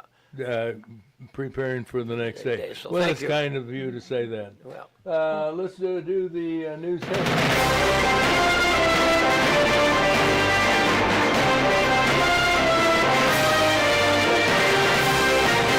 And our news this morning brought to you by our good friend Bob Manning. For investment questions and information, talk to Bob Manning. He's available He's with the Grandview Capital Group at Morgan Stanley and is a senior vice president, has been in the investment advisory field now for more than 27 years. And he is available today at 309-671-4653. I think he can tell you about Caterpillar stock, now over $1,000 a share. Hang on to it, boys and girls. The ride continues. Morgan Stanley Smith Barney, LLC, member SIPC. Terry has the headlines. A double shooting in Springfield, Illinois on Sunday ended in Peoria County when state police found the alleged gunman dead in a vehicle in rural Brimfield. Officials say 52-year-old Scott Shaddle killed himself on Cram Road after fleeing Springfield police. Seems it all started in Springfield. Officers later spotted him in Stark County, and the chase was on. The gunman was wanted after he was accused of critically wounding a 33-year-old woman and shooting a 42-year-old man in the arm. Prairie County Judge Sean Donahue has found Raekwon Pickett guilty of first-degree murder. The 26-year-old Pickett shot and killed 19-year-old Quentin Scott Jr. July 4, 2022, after an argument over two women. Prosecutors say Pickett shot Scott in the back after a fight at Taft Homes. 29-year-old Danny Devine pleaded guilty yesterday in a Peoria Circuit courtroom to sexually abusing two teenage girls. He was charged with 2 counts of aggravated criminal sexual abuse. He will be sentenced in September. The Peoria Park District is announcing plans for renovating Owen Center. They're having a public unveiling of the proposal at 5:30 p.m. July 7th at the rink. The project will cost an estimated $20 million to be financed by bonds and donations. In a stunning vote, the Supreme Court ruled in favor of a Mississippi law allowing mail-in votes to be counted even when ballots arrive after Election Day. Republican Justices Amy Coney Barrett and John Roberts joined with the 3 Democrat judges in the 5-4 vote. Tick bites are on the increase this year. Emergency room visits with people suffering tick bites has doubled the historical average. The Centers for Disease Control reports that tick bite-related ER visits are at their highest seasonal level since 2017, raising concerns about increased Lyme disease cases. We're going to talk about ticks with Dr. Gene Sidler at 8:15 this morning. Kentucky Congressman Thomas Massie is joining Democrats in seeking to cancel $3.3 billion in military aid to Israel. The Republican is opposed to Israel's right to survive attacks by Middle Eastern terrorism. His anti-Semitic views have angered not only Israel but many in this country. That's one of the reasons he got skunked in his re-election bid. The House is expected to vote again on ending the funding this week. And those are the headlines, Roger. Have you ever had a tick bite yourself or know someone who did? I have had ticks on me, but look, I got them off before they did anything. Before they got into the blood. Yes. Do you remember how you did it? What did you do? Use a pair of tweezers? No, luckily he was still crawling. So yeah, all I had to do was So he hadn't you caught attached him himself yet. Yep, Well, just he was on the... took him and, on the and prowl. crunched him. Yeah, crunch It's them a good, satisfying crunch. All right, let's take a check of the weather brought to you by Matt Wall, CPA and tax specialist with Gordon Stockman and Wall. Matt experienced in federal and state tax compliance, employee benefits, estate and trust tax planning. You name it, financially, he does it. And you can reach Matt Wall today at 309-692-4030. Well, we want to remind everybody, as if you need reminding, it's going to be another hot one today. 95, the heat index 107, and an overnight low of 75. Tomorrow, hot and 94, a heat index at 105 tomorrow. Thursday, we'll hit 95, and Friday, 92. On Friday, 30% chance for thunderstorms. How about Saturday? Well, how about it, Roger? The 4th of July, sunny and hot. There is a chance for showers on Saturday, the high 91. And the real concern we have is for Saturday night, since we have red, white, and boom. Our meteorologist, Kyle Barnum, is very apprehensive about whether or not the fireworks show, red, white, and boom, will be held because there is a very good chance for thunderstorms Saturday night. The best advice is stay tuned. Right now it's 80 degrees, and there you have the latest. And this is the 250th anniversary this week, certainly in July, and we are celebrating with historic stories about this great country of ours, and we want to remind everybody that each day we are giving narratives about historic events in this great country of ours. And this morning, Teri Chamberlain takes the microphone honors. Teri, what do you have for us? Okay, we're going to set the mood here. It's August 24th, 1814. The War of 1812 has been waging for 2 years. President James Madison has left the White House and is with the Army at the front line. The British Army has just crushed the Americans at the Battle of Bladensburg, and they're heading towards Washington. Now, before he left, President Madison had instructed his wife Dolly to rescue and secure important state papers. So she's been busy packing trunks with cabinet documents, executive journals, and even the priceless silver pieces. The British are getting closer, and her friends and family are telling her it's time to hit the road. But there's still one more item that she wants to rescue. It's a copy of the 8-foot-tall, full-length portrait of George Washington, painted by Gilbert Stuart. Unfortunately, it's a big, heavy frame that's screwed into the dining room wall. So she orders the servants to use an axe to break up the frame, and she carefully removes the canvas, rolls it up, and hands it off to 2 guys from New York, Jacob Barker and Robert De Pester, who actually hid it in a barn in Maryland for safekeeping. So she finally flees Washington by disguising herself as a farm woman and crossing the Potomac into Virginia, just hours before the British arrived and set the White House on fire. Now, the next afternoon, which is August 25th, a severe thunderstorm rolls through town. Actually, some say a tornado as well, because many buildings were damaged and 2 British soldiers were killed. The good news is that the rain put out the fires. The British troops took advantage of ensuing chaos and withdrew. So Dolly returned to Washington 2 days later and was regarded a national hero for saving the documents, the silver, and of course, Washington's portrait. Very well done. Thank you, Teri.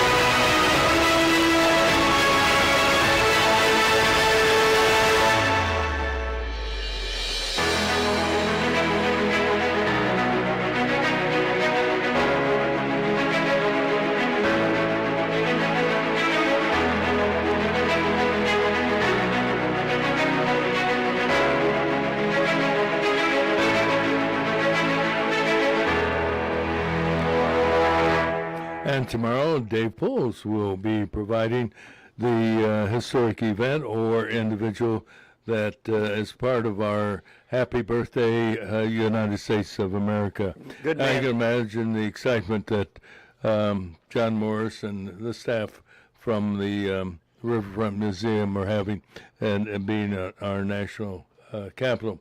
A little a note as we continue to monitor our weather. The flood warning remains in effect until Thursday for the Illinois River. The river yesterday dropped to 19.4 feet. That's still above the flood stage of 18 feet. And the heat advisory is in effect until midnight Thursday, with heat indexes possibly reaching 110 degrees. Today, 95 with a heat index of 107. And right now we're up to 80 degrees. Be careful out there.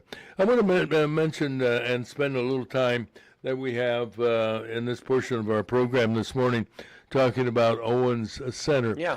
We were talking earlier that how long has the swimming pool been closed there? Because I remember during the summer driving on Lake Street, as I recall. Packed.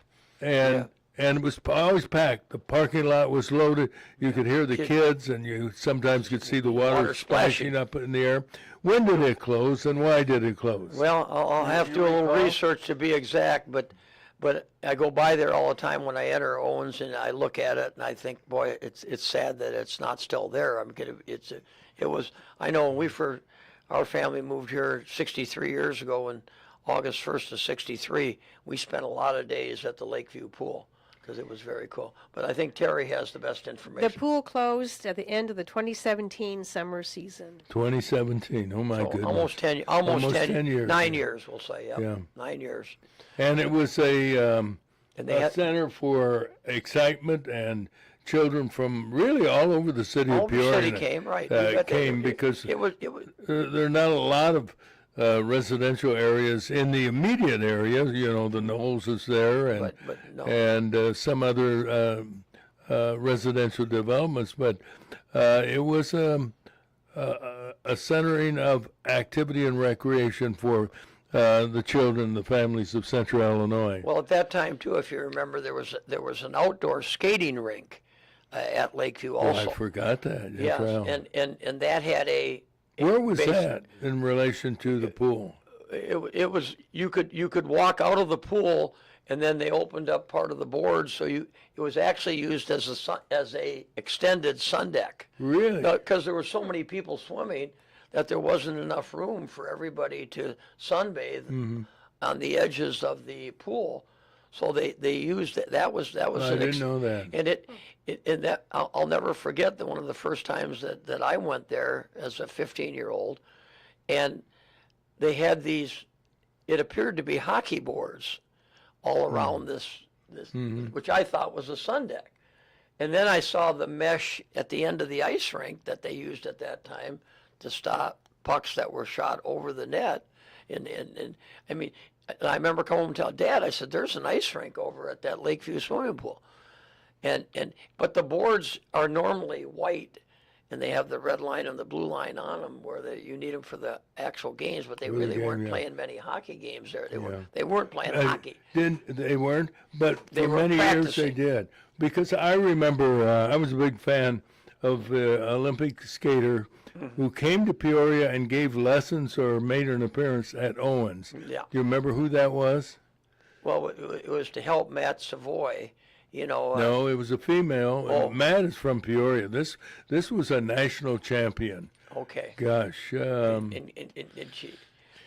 Can't think of her name. Yeah. And I know there was Dorothy Hamill. That's her. Yeah. Very good. Dorothy Hamill, I remember seeing her too. I thought. And right, she was a delight. She was a she worked with the sweetheart. kids a little bit, but what I was thinking more was when Linda Penrod, that married Linda Brannon, she actually was the instructor that had Matt Savoy until he became, you know, Big time, and then they brought in a gentleman from Colorado that was his full-time coach. And Do you remember who the skater was that appeared at the Civic Center and fell ill? They diagnosed him, and Scott Hamilton, yeah. And they treat him for cancer. Testicular cancer. Here in Peoria. So we have somewhat of a we have more of a skating background than a lot of people realize. Right. Well, let's talk about your family and the Olympic champion team that he played on. Yeah, my dad's youngest brother, Weldon Olson, Weldone, or Don, well done. He was the last of 11 kids, 9 boys, so they called him Weldon. Yeah, well done. Yeah, he played on our 56 team in Cortina. I'm surprised you didn't have one named All Done, the last one. He went on to a grade 4. He had a 4-year career at Michigan State, and then made our. And he lived here in Peoria? Well, he didn't live here, but Was he visited many times. Okay, all When we had reunions. Was he in Escanaba then? No, he grew up in Marquette. Which was Okay, the hometown. okay. But then after the Olympics, he got a job in Madison, Wisconsin, with a U.S. Rink and Report magazine, and then eventually started selling ice rinks when the boom was on. No, it really is. In Detroit. And he ended up in Findlay, Ohio. Who got his Olympic medal when he passed away? Well, he passed away about 2 years ago, and I would say his wife probably still has it. Okay. And then there are 3 boys, so Yeah, he's so got a they silver from Cortina, and then he's got a gold from Squaw Valley. What a thrill that had to And be. it was just I was old enough to appreciate it, and to actually see him play on the 60 team exhibition game in Green Bay, Wisconsin, that my dad refereed. That is terrific. Hey, well, let's talk about Owen Center. Yeah, you have to be excited because I'm very excited. That means the rink as well as the swimming pool, right? Right. Well, as far as I know, it's just for the rink. It's just for the rink. Oh, I thought it was for the swim. No, I don't think they have any plans. Well, we'll find out because at 5:30 on July 7th at Owen Center, they're going to unveil what exactly What they're gonna it's do. 18 to 20 million dollars. There's actually a press release that's out right now. Oh, there is. That there's no mention, and I read the whole press release Okay. last night, and there's no mention of No anything mention of for the the swimming pool. No, Rats. no, they put in a splash pad just north of the Owens, right as you ride on that up like you're going to the Bonnie Noble Center. Okay. It would be off to the right, and just what would that be? Just south of the old there is a recreation building back there too, in addition to the Bonnie Noble Center that has a gymnasium. Used to be a real good therapy. The turtle pool there. I'm disappointed we lost that. I know Yeah, my me wife too. enjoyed that.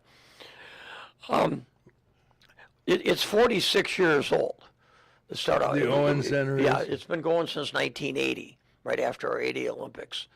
And so 46 years, they need a new ice plant just like We haven't had the new ice plant implanted yet. It's at going the in right Civic now. Center. It's Is it going really? in. Can we use If it's swears taken in that? about 3 years, but it's going. It was a crisis 3 years ago, and yet And they said they weren't going to do it, and then city council got behind it and figured out where they come up with $3 more million or something. But anyway, at the Owen Center, they need to upgrade the locker rooms. They need to put in a new ice plant. They're going to make the lobby area, I think, a little bigger and a little bit more elaborate. And they're going to expand. Right now, they just have a very limited concession stand. The typical that you would see at a baseball game, hot dogs, and they're supposedly and a Slurpee or two. a Slurpee and soda and candy. But Isn't it true, panel, that swimming pools are not popular like they were years ago? Like in my neighborhood, somewhat, we had the Glen Oaks swimming pool, which essentially is where the baseball diamond is now at Woodruff High School. Yep. And I think they put in a big pool and water development on the south side off of MacArthur Highway. My understanding is kids don't go there anymore. They closed East Side. East Side East Side used to have is a big I water just park, saw it. It's and that's just a closed. mess. I don't understand that. I remember taking our kids over there, and then the grandkids when I started having them, and I didn't have them. My daughter had We them. seem to have too many distractions for other things. They're expensive to upkeep. What was that? They're expensive for the Upkeep. upkeep and Well, maintain, and Well, it's expensive if you don't have people coming and exactly, and so it's a paying. catch-22. Yeah, So yeah, you're right. which came first, the chicken or the egg? You're right. And you remember the popular swimming pool and tennis courts off of War Memorial Drive? Very well, Wedgwood. Wedgwood. You remember how popular that used to be? Oh, yeah. We were my dad and mom joined that, so we went to Wedgwood a lot during the summer, and it was, they even had an adult pool there. It was just I know. I was so unbelievable. excited. I finally hit 18. I got to go to the adult pool You're right, and they had a pool on the other on the other side. side. Yeah. No kids. And that was beneficial. And Twin Lakes used to be a popular place to go to, a big deal. And so many different things that have changed. So I understand the park district's reluctance to put money into a water facility because they don't have the people generating the interest in participating. Anyway, a little reminder, we're reporting this morning, 5:30, July 7th. They'll unveil the 18 to 20 million project. Okay, we'll be right back after this message. A boy born in Joplin, Missouri was fascinated by anything with wheels and a motor. The odds of him going on to fascinate millions with his talent? 1 in 260,000. The odds of this born racer having 157 career top 10 finishes in NASCAR? 1 in 125 billion. But every driver seeks the pinnacle of their achievements. The odds of him winning both the Daytona 500 and the Brickyard 400 in the same year? 1 in 195 million. The odds of a child being diagnosed with autism? 1 in 68. I'm NASCAR driver Jamie McMurray, and my niece has autism. Learn more at autismspeaks.org/signs. Early diagnosis can make a lifetime of difference. Brought to you by Autism Speaks and the Ad Council. And we do want to remind everybody it's going to be a hot one. Not that you need reminding. High of 95, and we're already at 80 degrees. I know the program at the Morton Library every Friday night, due to the holiday, they're taking off. But what's going to happen a week from this Friday that you can tell our listeners about, if you don't mind, Terry? Well, as we've said, it's Morton Public Library. It's called Groove in the Garden.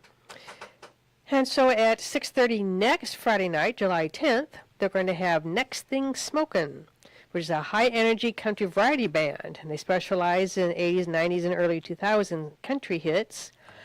The music starts at 6:30, but at 6 o'clock, the food trucks are there. And that particular week is going to be Big Papa Jake's and River City Sweets and Treats. So bring a lawn chair or a blanket, bring some money to hit the food trucks at 6 o'clock, and come enjoy the music. Yeah. Hey, whatever happened? I've been downtown Peoria over the lunch hour in some time. Are the food trucks, have they returned, or are they still gone in downtown Peoria? Can anyone testify? And food stands too. We had some trucks, but there was a lot of had ads. I know. Remember the push carts? Push carts, right? Yeah. This is just what I remembered. No, as far as I know, they're not there right now. I don't go downtown, so I don't know. Yeah, apparently neither does anyone. But Because I think they were getting a little bit of complaints from some of the people that were trying to run businesses down there. But Mike, we heard that from day one. Yeah, and one way that you fight that or compete with it is put something up yourself. Yeah, and because they're right there. participate. It wouldn't be that hard to do. Yeah. And be honest, that's what places like Alwyn's is doing right. now. They've got a great lunch over there. Yes, they do. From basically 11 to 1, I think it is. And then you get a lemonade shake-up. But Raber's does the same thing. and Hy-Vee now. Hy-Vee has Hy-Vee cooking now? not every day, but they do a Thursday, Friday, Saturday deal. Oh, they do. And Thursday is steak night. Thursday's steak night. And we ordered it last week and picked it up. $12. You get about a 12-ounce steak, which I thought was well worth the $12. Baked potato and a vegetable. I think it was For corn. $12. For 12. That's a bargain. Oh, and I'm glad you told me about that. And Is it that goes from Thursday night? 4 to 7 on Thursday nights. And then Do they grill it outside or? as far as I know, they grill it outside. I really don't know because I didn't pick it up, but I'm assuming they do. You don't do anything. You just sit there and eat. I did, yeah. You don't do your sports. Your wife does the sports. You just read it. Hey. You got a hell of a deal, my friend. Hey, I've had a heck of a deal since 1970, which is 56, and I tell people I'm not afraid. She deserves 55 and a half years of the 56 credit for it. And even that half year, if she wanted to debate, she would win the debate. Such a deal I've never heard of before. It's a great, I've got a wonderful Now, wife, and I. you mentioned you and- take a nap. Does she and I- tuck you sorry, in? Does she tuck you in the afternoon? I kind of faked out on you there during the talk on the meeting.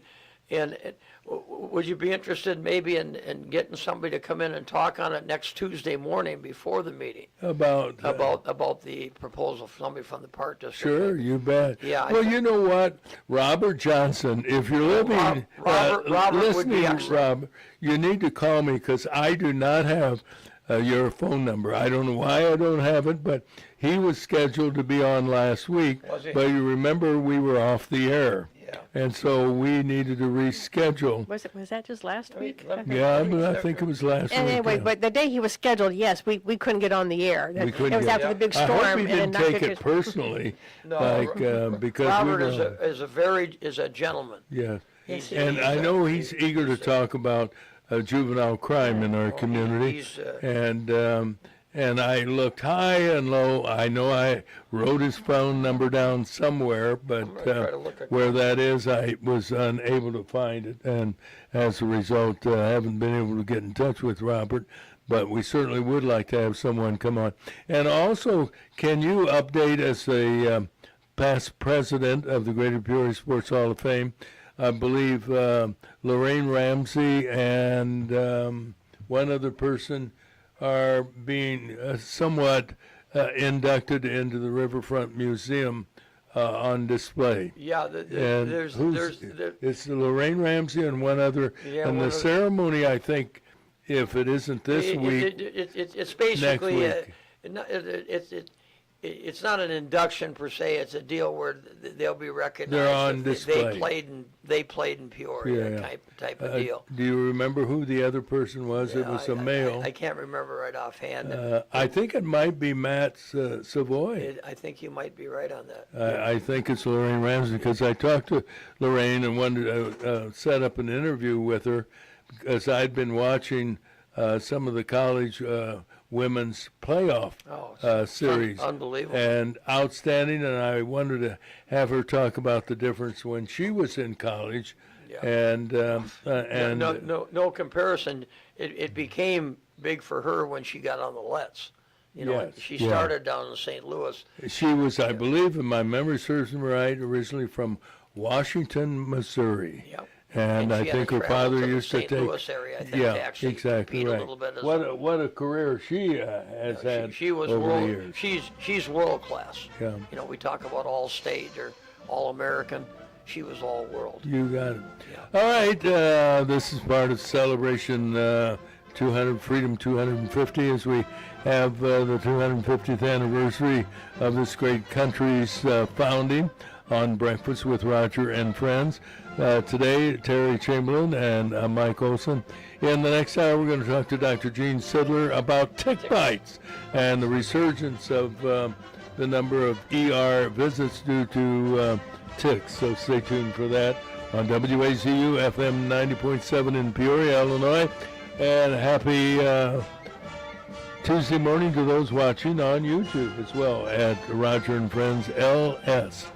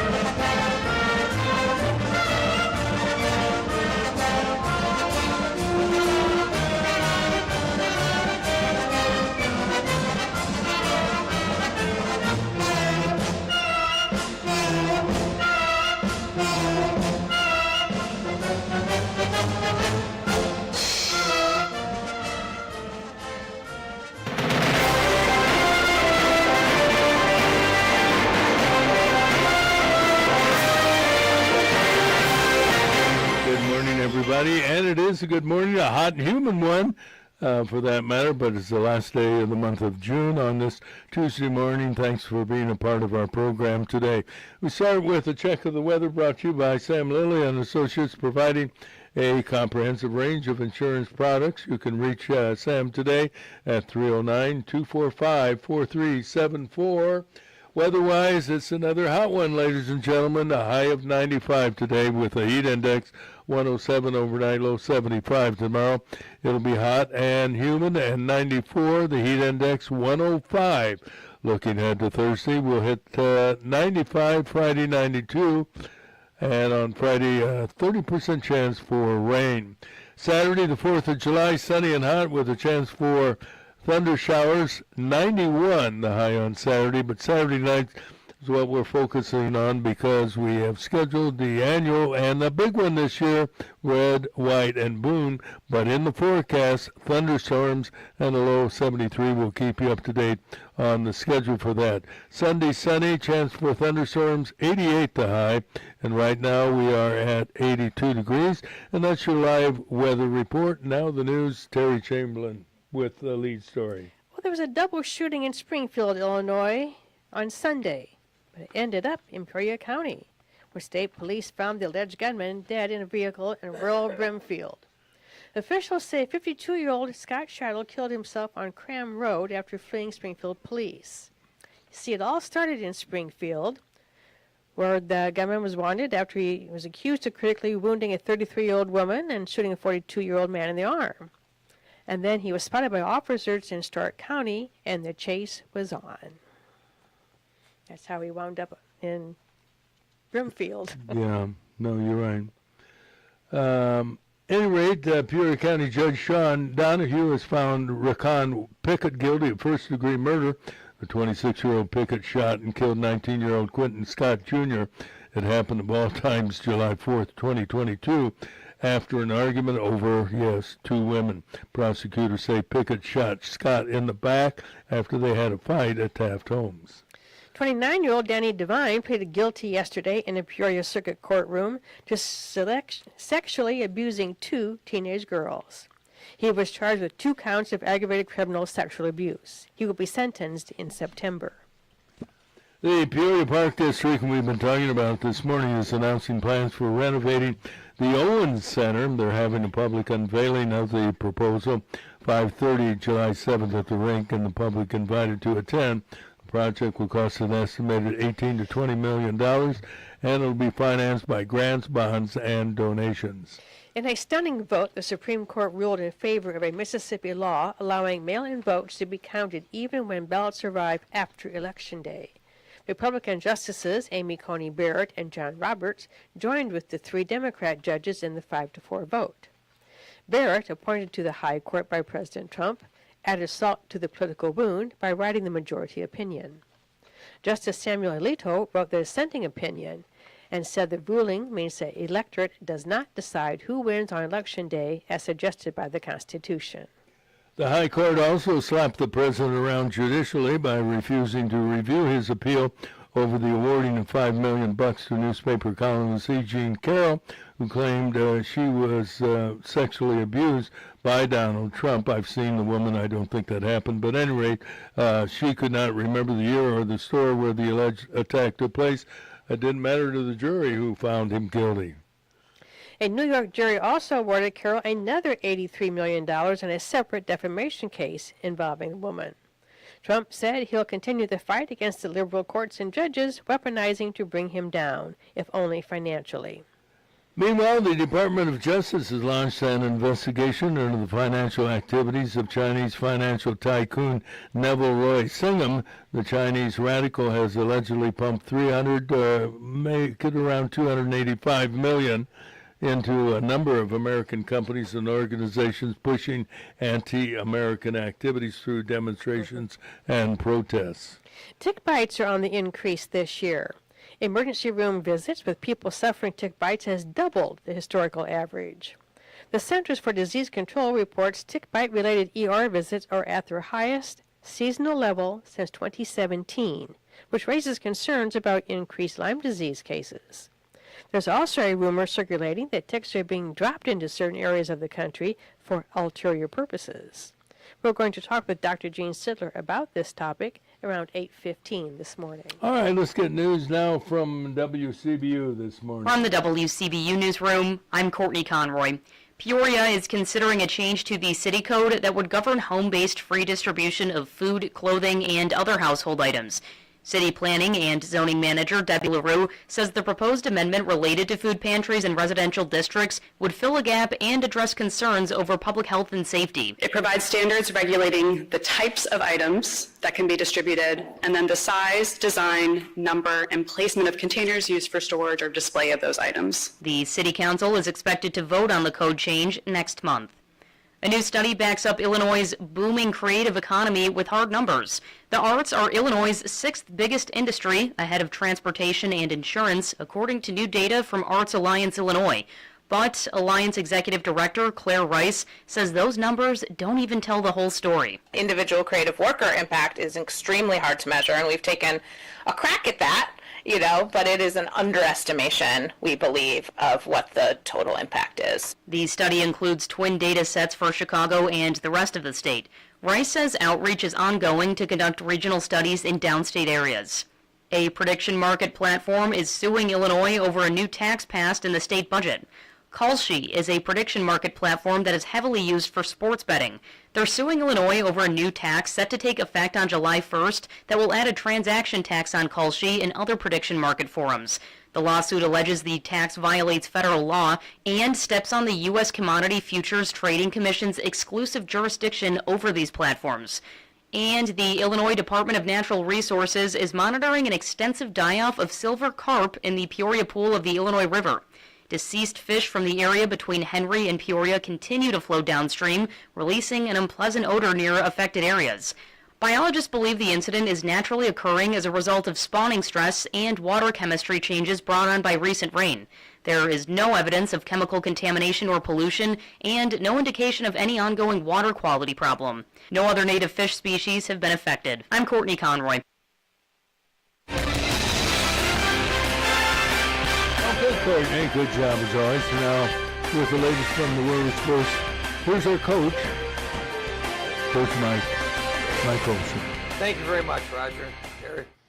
Well, in Major League Baseball last night, it was the Chicago White Sox, the leaders now in the American League Central Division, defeated the Baltimore Orioles in Baltimore 8-2. The White Sox are now, like I said, in first place in the AL Central. The San Diego Padres were defeated by the Chicago Cubs last night. They were walked off, meaning that they had to walk off the field as Seiya Suzuki hit a long ball to score the winning run in the bottom of the ninth inning, and the Cubs were victorious. Today's games, the Cardinals were off yesterday. Today's games, the White Sox will be in Baltimore again at 5:35. The Cardinals and the Braves go at it down in Atlanta at 6:15, and the Padres will again be in Wrigley Field to play the Cubs tonight at 7:05. World Cup FIFA action, big soccer world tournament going on, and with basically the finals and many of the what they call the groups that were started initially are being played in the United States, which gives us, I think, a little.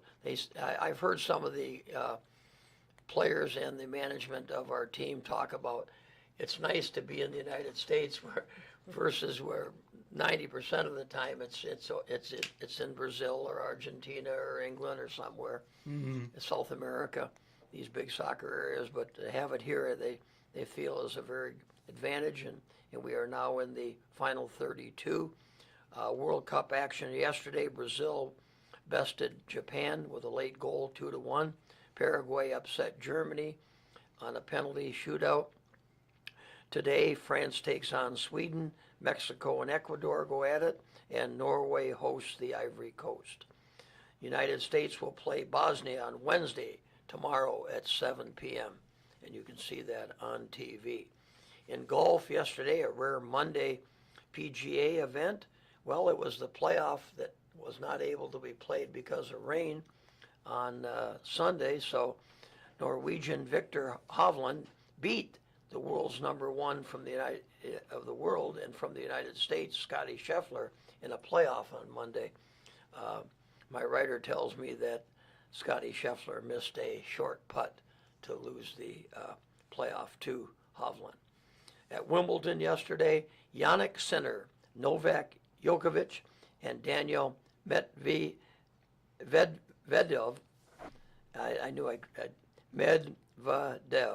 Medvedev, all won their first round matches. American men also posted victories with Tommy Paul, Ethan Quinn, Michael Zhang, and Lerner Tien posting first round wins. The big news today, Serena Williams, as a name that people remember, 44 years young. Thank you to my sources here in the studio, Teri and Roger. They told, I guess she was in her late 30s, but man, I missed it by about 6 years. 6 years. Mm-hmm. Yeah, not good enough for government work even. Serena Williams will come out of retirement. That used to be kind of a term. Oh, good enough for government work. No, it wasn't even good enough. Can't be off 6 years. Serena Williams will come out of retirement and play singles.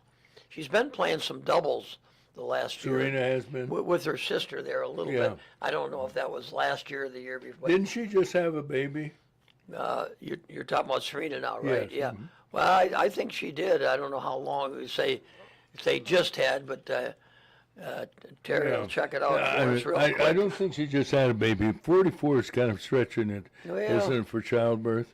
Mm-hmm. It's getting on the latter end there. She's, Pardon the but expression. she's coming back to play singles. She's coming around again? Yeah, at 10:20 a.m. today. So that's pretty soon. But now they're about 7 hours ahead of us, right, in England there. So we're talking. Yeah, I think you're probably So right. we're talking. It's 7 onto that. So that's getting up there. Early evening in England. So good luck to Serena as she attempts this comeback. And that's sports on WAZU 90.7 FM in lovely Peoria, Illinois, and on the World Wide Web, care of Roger and Friends LS. Yeah. I'm going to guess that though you're a sports guy, you probably did not play much tennis. Am I right on that? I played a little recreational tennis. I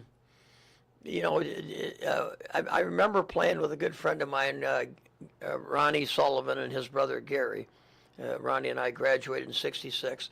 We used to play. He lived in the Heights, right north of the stadium. Remember, there were tennis courts there. Yes, I do remember that. And now it's called the Stadium Park, I believe it's called. It's a joint venture between the Park District and the school district. They have a walking path, and they got a pavilion for picnicking. And of course, they have basketball courts now where the old tennis courts were. But played a little bit of tennis.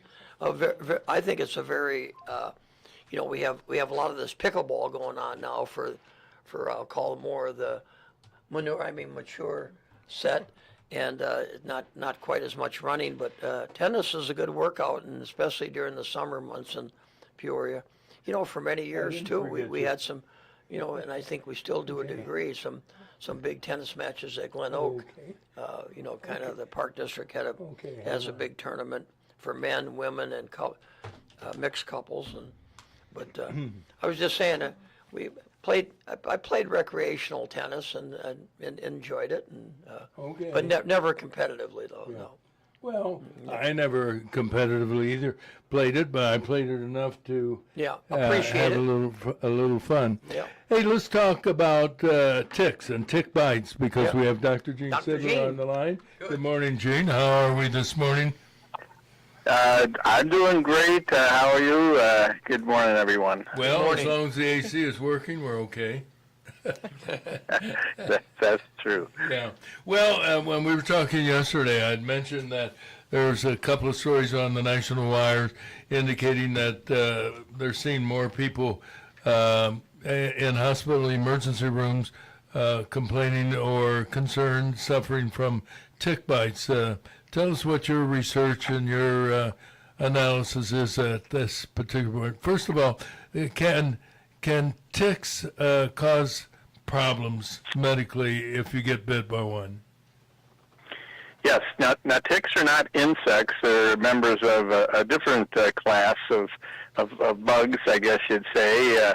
Have 8 legs instead of 6 that the insects have. So that's how you can kind of identify if you're being bitten by an insect or by a tick. And yes, ticks have a particularly unique way of carrying viruses and bacteria that can be spread to the human upon getting a bite. And so tick bites are generally a lot more of a concern than, let's say, a mosquito bite or some other insect type of bite. Now, mosquitoes obviously can carry things too, like malaria. We don't have that much in the United States. So, again, it's more of an annoyance if you get a bite from a bug, but from an insect rather. But yeah, ticks, it's a different story. They can carry some serious diseases. And the CDC is reporting that the tick bites, visits to the emergency room for tick bites are higher now than they have been for many years, maybe double or triple the number of reported emergency room visits. And that's a particular concern. It turns out that the kinds of diseases that ticks can carry are even increasing in number. We're seeing some diseases that we have almost never seen in the U.S. And again, there may be reasons for that. People coming into this country and joining the pool of hosts for these tick bites and for these infections, and that can be spread again from person to person. So ticks are very small, sometimes as small as a grain of pepper, and they can be virtually unnoticed on your skin, while other ticks can be quite large, especially the ones that suck out the blood from your skin. They can get very large and be quite noticeable. But I guess the bottom line is that you should, if you're going to be rummaging around in the woods or anywhere around the forest, you should wear long pants. You should wear clothing that covers your arms and legs. They love to jump on the legs or arms as you're brushing up against the bushes and the weeds and things like that. They also, as hosts, affect deer and other animals in the wild, and that's where some of these other infections come from. And Lyme disease is the one that probably most people have become aware of in the last number of years. It's a tick-borne bacteria that is spread through the bite, but there's others as well. And now we have a new problem with the tick that spreads something related to a protein that is in their saliva that can cause an allergy to red meat. I don't know if you've read or heard much about that one, Roger. That's a new one. What I want you to help me understand, and some of our listeners, I'm sure, is all I've heard for years and years about tick bites is if the tick's head is under your skin, you've got to be very careful that you shouldn't just pull the sucker out, because if you leave the head in, that can cause infection. Is that true? Well, yes, ticks have these pincer-like mandibles that can grip the surface of the skin very, very intensely, so they're hard to remove. You can grab them and pull them off if they are large enough and are visible, but that can sometimes leave behind part of that bite mechanism. The problem there is kind of like with a splinter, is that you're leaving a foreign object in the skin, and if there's an infection, it's going to increase the chances of it festering and causing more problems. Yeah, I've told the story before, and I trust that neither one of my sons are watching right now, though I don't know for sure, because they do like to watch the taped recorded version, but I remember taking one, I won't say which one, to the ER because he had a tick, of all places, I think he was 10 years old, on one of his testicles. And I was doing everything I could and so was my wife, his mother, in trying to remove it without losing the head, and we weren't having much success. He would not back out. There was a saying that if you lit a match and put the heat of the match on the tick, he will back out.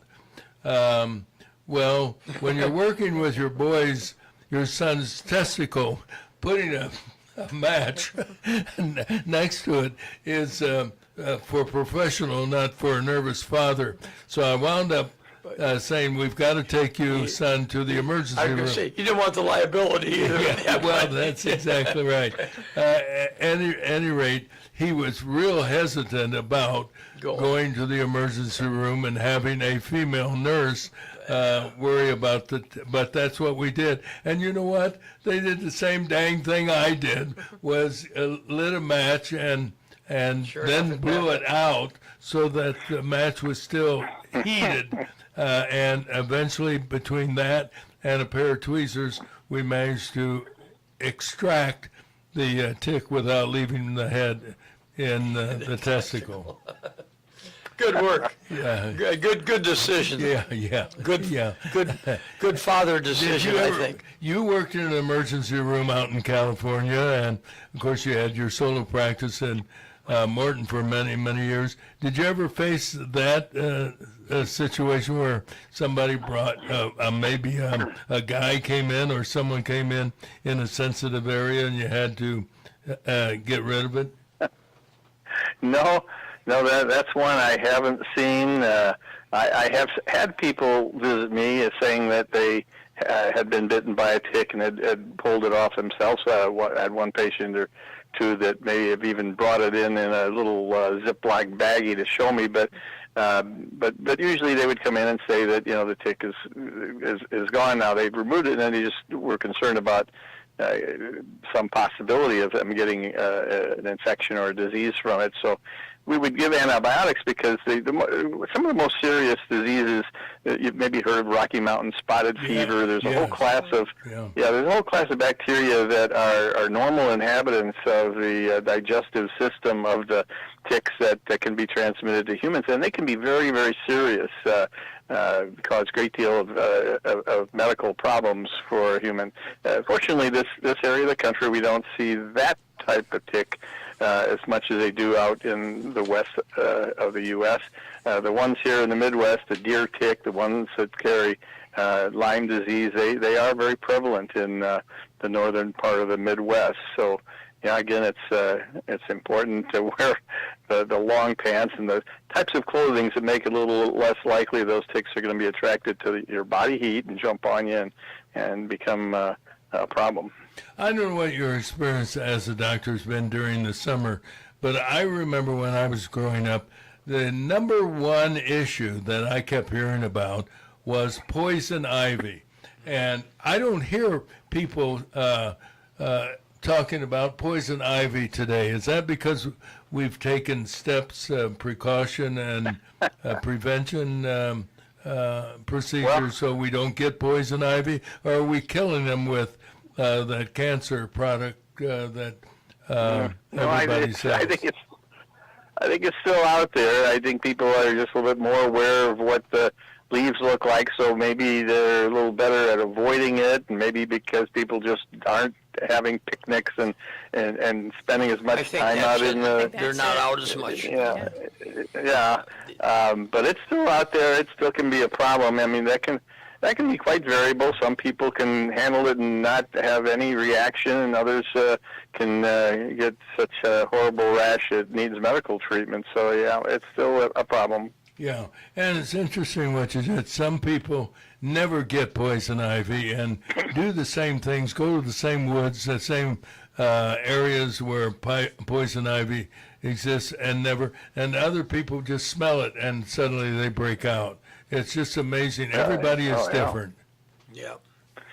Yeah, and you get there's an oil in the stems and leaves of the poison ivy, and you can get it on your hands.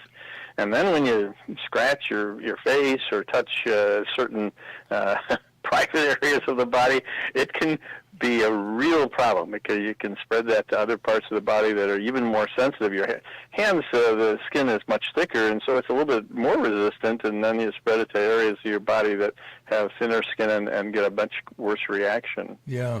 Another area of medicine, you might say, that concerns me this time of the year, and particularly during the 4th of July fireworks, is families that go down to the riverfront or go anywhere and set fireworks off, and they have little children, infants for that It's matter. against the law. And that is bothersome. I've seen kids at Major League Baseball games, small children, as a matter of fact, but I have seen some that have earphones over their ears or whatever plugs to minimize the noise, but I wonder why parents feel it's okay to take infants to events where there's a lot of screaming, yelling, and, frankly speaking, noise. Yeah, that's something I think people are actually more aware of now, and you do see more people at the Riverman games and the Bradley games that I go to. I do see more people with the babies wearing the headphones or the noise protecting headphones than I ever used to, but it can still be an issue, and you should protect your kids with that. But I just think it requires more like public education for mothers to realize that. All right, we would be remiss if we didn't ask you to remind everybody of the dangers of not hydrating enough during these hot, humid temperatures.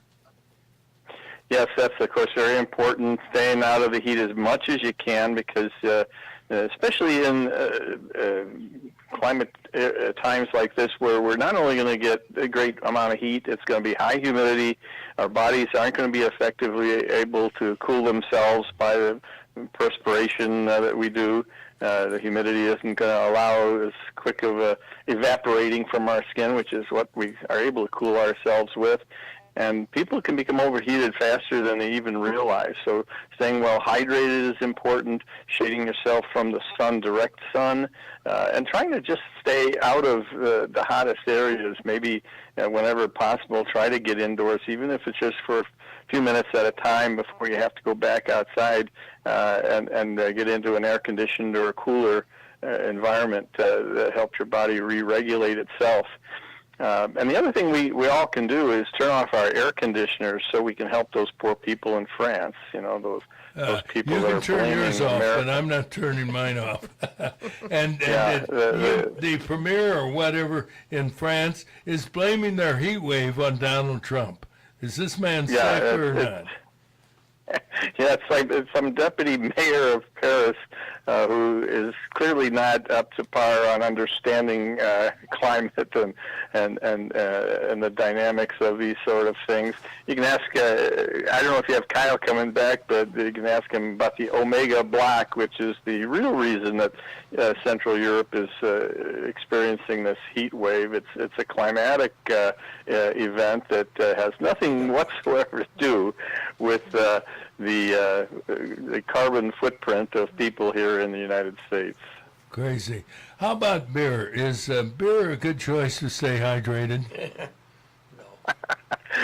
Well, as I've always said, beer is better than nothing. Oh, that's not saying But a lot. the problem with that is, of course, when you're drinking it and you're dehydrated, you're going to drink more than you usually drink, and you're getting the alcohol with it. And fortunately, beer is not high alcohol. It's usually somewhere around 4 or 5%, maybe up as high as 7-8%. But it's not as high as drinking the higher concentrated spirits and things. But you do have to be a little cautious. I've been to a couple of outdoor games on hot weather days this year up in Chicago. It's amazing to me how many beers some people can put away. I mean, here I am making a trip to the bathroom every 3 or 4 innings, and these guys can drink 7, 8 beers, and they're still going, and I don't see them get up once. I'm not sure how they do it. But I would, unless you've got like a hyperactive liver that can metabolize that faster than the average person. You got to be a little cautious about using beer to hydrate. Yeah. I'd like to say regarding that, out in the bleachers with those young folks, Oh, yeah. they'll have those, they'll make like a snake Yes, with the cups, and Yeah, that yeah. thing will go for 20, 30, 40 feet. Think about it. Well, they're having fun. They're having fun. Yeah, and something has developed in St. Louis. Now they have a core of young guys in the bleachers, I guess, that are taking their shirts off, Yeah. and that's a new phenomenon. And That's not I just wonder if they're paying to get in, or maybe it's a marketing gimmick by the Cardinal front office. I hope they're getting some sunscreen. Yeah, that's the other problem I suppose they're exposed to if it's a day game. But that's just nuts. It just shows you that some of these behavioral things catch on and become a fad, and there's no logical purpose behind any of them. It's kind of like the Norwegians with the Viking rowing action that they do at their soccer game. Get the whole stadium going, and it's fun to watch. I'm not sure that there's any real purpose in it, but that's what fans at an event do. Yeah, Are doing. you got it. As always, Gene, Thanks, thank you Doc. kindly. Appreciate it, and we'll talk again. All right. See you later this week. You bet. Dr. Gene Sidler with the latest. And let's give you the latest news.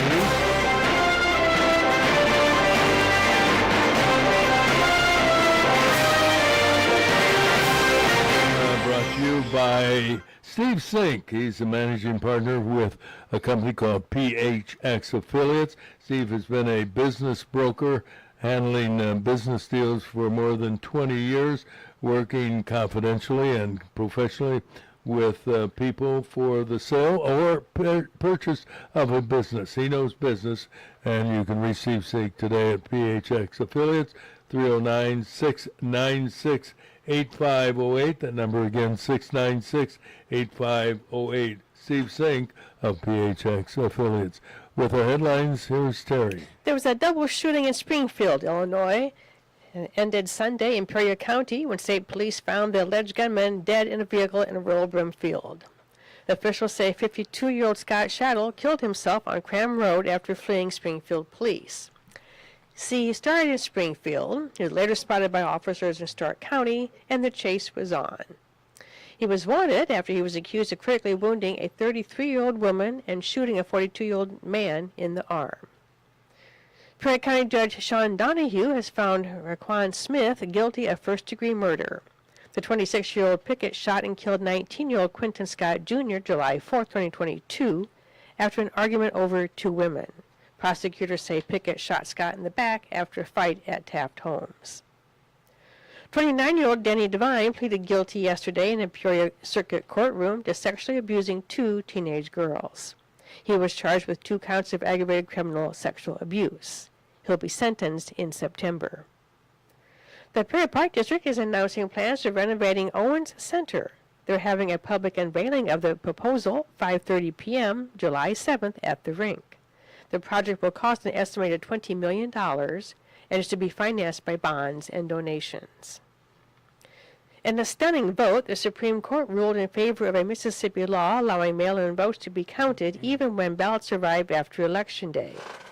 Republican Justices Amy Coney Barrett and John Roberts joined with the 3 Democrat judges in the 5-4 vote. Tick bites are on the increase this year. Emergency room visits with people suffering tick bites has doubled the historical average.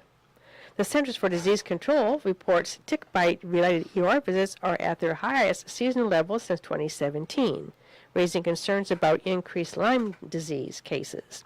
And we just heard some good tips from Dr. Gene Sidler about how to dress and prevent tick bites. Kentucky Congressman Thomas Massey is joining Democrats in seeking to cancel $3.3 billion in military aid to Israel. The Republican is opposed to Israel's right to survive attacks by Middle Eastern terrorism. His anti-Semitic views have angered not only Israel but many in this country. That's one of the reasons he got skunked in his re-election bid. The House is expected to vote again on ending the funding this week. And those are the headlines, Roger. All right, thank you very much, Terry. Let's have a check of the weather. And it's brought to you by Kathy Reynolds of Home Smart. You know, hard work produces results, and that's what Realtor Kathy Reynolds does. She works hard, and that's why she's successful. She works hard to get results for her clients seeking to sell and or buy their next home. And she's available today to help you through that process at 309-696-2162. The number again, 696-2162.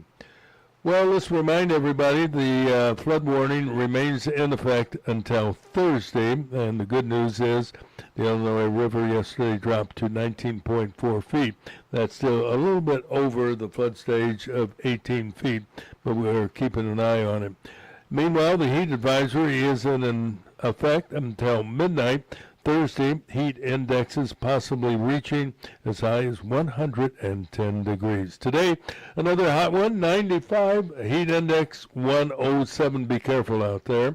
Overnight low tonight, 75. Tomorrow it'll be hot and 94. The heat index tomorrow, 105. Thursday we'll hit 95 and Friday 92 with a 30% chance for thunder boomers. Saturday the 4th of July, sunny and hot with a chance for rain and thunderstorms, the high 91. And look out for thunderstorms Saturday night. Kyle seems to think that they may have to postpone, not cancel, postpone the fireworks, but we'll keep an eye on it. That will be a tough call, because they're talking about maybe 200,000 people gathering on both sides of the river. Especially with the Saturday, too. That works out real nice. That works out nice. And yeah, the 250, right. we're getting so much talk on that all over the country. Yeah, you're right. So I would say 250,000 is not out of line. Not out of line. And some of those, by the way, will be at Dozer Park. Because I think the Chiefs are home, are they not? And you can get a ticket, watch the game. And some will be at watch the the museum. fireworks. I think the museum has a deal, too. Wow. Currently, we're 81 degrees, and that's your live weather report on Breakfast with Roger and Friends. And time now for our pet tip of the day. And we always do that every day about this time. Today's pet tip is brought to you by Peoria Pet Crematory of Peoria and Lewiston, providing final care for family pets, large and small, 24 hours a day, 7 days a week. Their phone number is 713-1898. That's 713-1898. More information is available at peoriapetcrematory.com. Pet lovers are dedicated to their animals, all species from horses to turtles and of course cats and dogs. If you are a pet lover, learn these little known, somewhat amazing facts about your pet.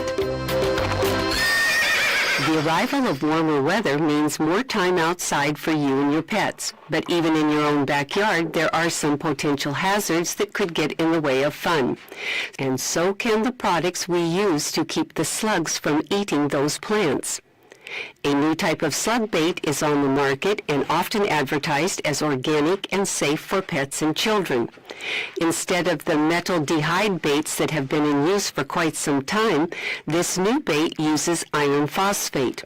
While iron phosphate is a natural ingredient found in our environment, owners should be aware that iron phosphate is toxic to animals if they eat too much of it. The Animal Poison Control Center lists these symptoms as signs of iron phosphate toxicity: lethargy and vomiting, severe dehydration, and collapse due to prolonged vomiting. 2 to 12 hours after ingestion, animals may suffer severe acid-base disturbance. In 2 to 4 days, animals will suffer from liver failure. So as with any chemical you use, do so sparingly and keep a close watch on your pets to see if they are attracted to it. It's always a good idea to have on hand the phone numbers for your veterinarian, a local emergency animal hospital, and the Poison Control Center. This whisker of information has been made possible by a grant from the Corporation for Public Broadcasting in partnership with Spot, Saving Pets One at a Time, and KSBR Studios. Produced by Joseph C. McGuire and theme music by Stuardo Glasser.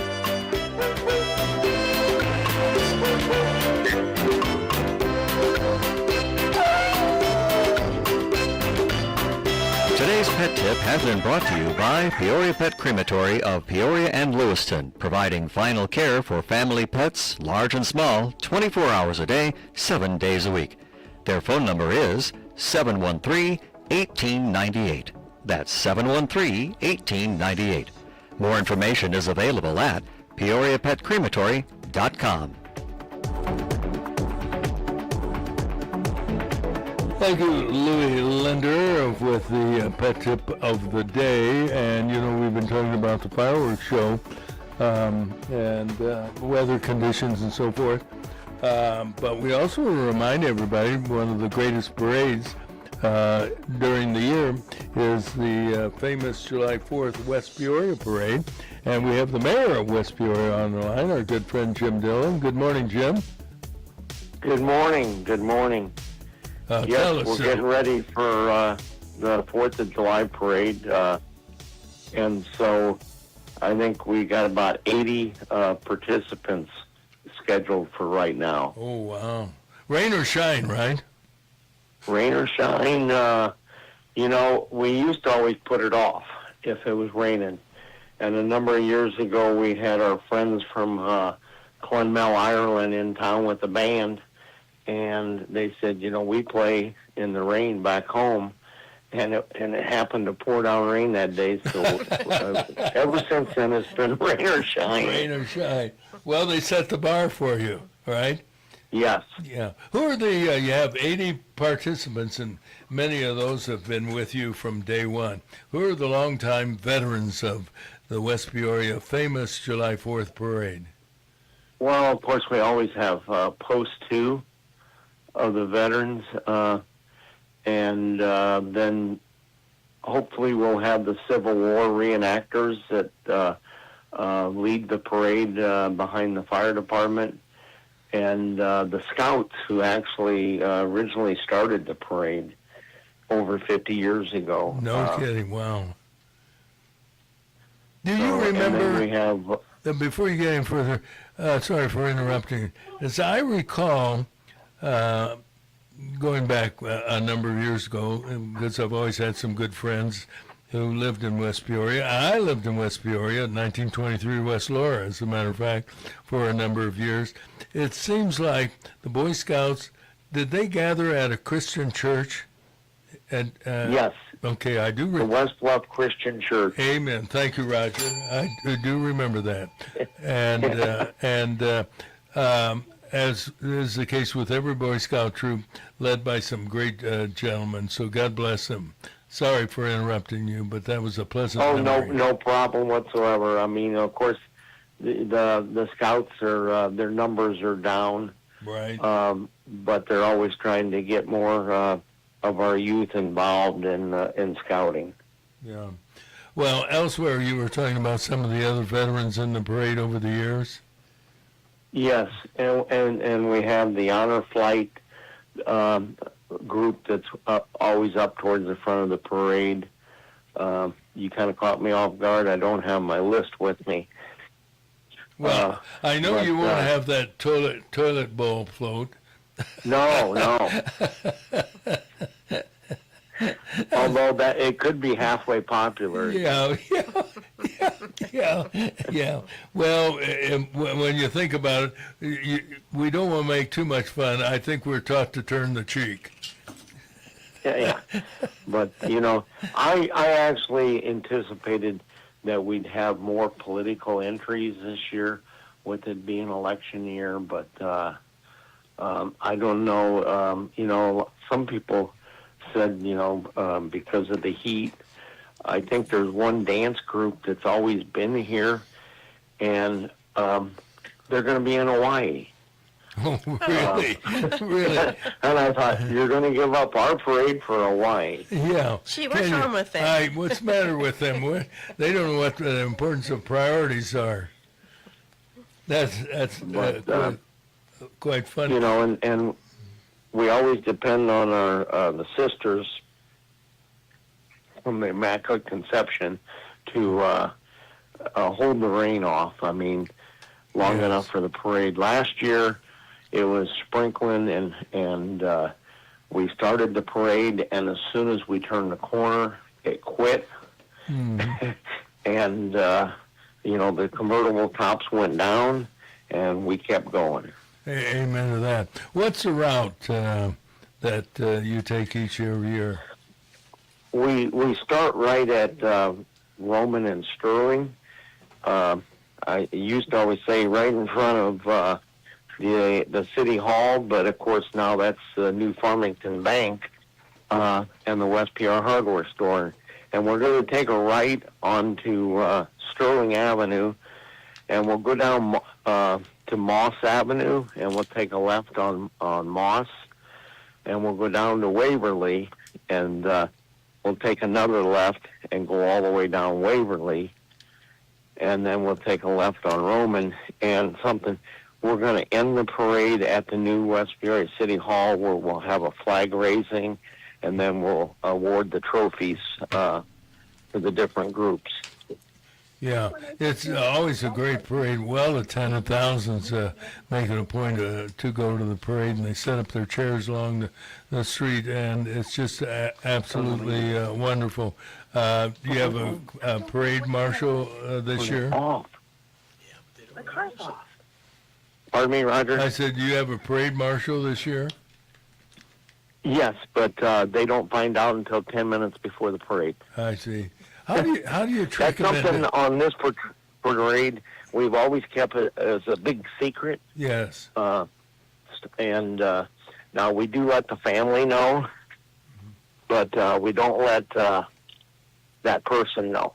How do you get them there to make sure they're there in order to be the Grand Marshal, or is it just a given that once there, always there? Well, that's kind of it depends on who it is. Okay. We always have to come up with a different reason to get them up towards the front of the parade, so that it makes it easier on us to present them with the Grand Marshal Award. Yeah. How do you like the new City Hall? And that's an easy question to answer, I know, but it's a big change from what you're used to. Yes, it's turned out to be beautiful. A lot of different groups have used it. We have different businesses that are having their corporate meetings there because, you know, as I've always said, it's a community room instead of the council uses that room, but it's a community room for the community to use for different events. We've had birthday parties in there, showers, you know, for the birth of a new kid, just all kinds of anything you can think of, they've used it for. Well, we know it will be a big event, and Raber's always has a special on that day, and with good food, and the weather is going to cooperate. It's going to be a magnificent parade, and certainly... Yes, and something new we're doing, Roger. We're putting hometown heroes banners up along the parade route. And that was for people that had lived in West Peoria at one time and served in the military. The families could purchase the banners to be put up, and they'll be up from now until Labor Day. Well, that's a great idea. Great idea. Congratulations for that suggestion for the parade. Well, if you don't mind, are you available to come in 7:30 Friday and remind everybody about the parade? We'll put it on. I'll make myself available. Okay, that sounds good. As always, Jim, always a pleasure talking Nice to you. job, Jimmy. Stay cool. Okay. You Thank you. You bet. Jim Dillon, the mayor of West Peoria, and what a neat guy. Not only provides great leadership for the community of West Peoria, but he's just a nice guy. He's a good As guy. is his son, who is he gets chairman of the things county done. board. He gets yes, things he done. does, yeah. When's the last time? Well, I probably shouldn't ask you this, but I love every now and then going down to Raber's to have a bite to eat. And it is interesting, the change of location. You know, they used to be Tucked way in the back, way in the back. behind and you that say, gas station. And it's Yeah. like, Yeah, and you went through you might go by it. stack of cars beat up, getting repaired or just thrown there and so forth.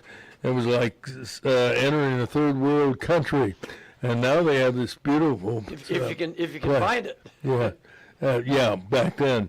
But Kara Widowhour and his wonderful wife, who the two of them have passed on, were just wonderful people to talk with. And I don't mind saying, over the years with my friendship with Royce, through him I met a lot of other people that I might not have met. And Kara Widowhour and his wife and his family, I met thanks to Royce. Although I will tell you, on more than one occasion, Nancy and I would take our two boys down to the sawdust floor of Raber's packing house, I guess you call it. I don't know.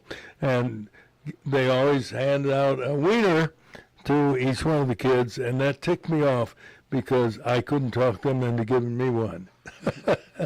Not really. But that was They got the restrictions. Only the kids. that was a tradition, you bet. Now, normally we would do the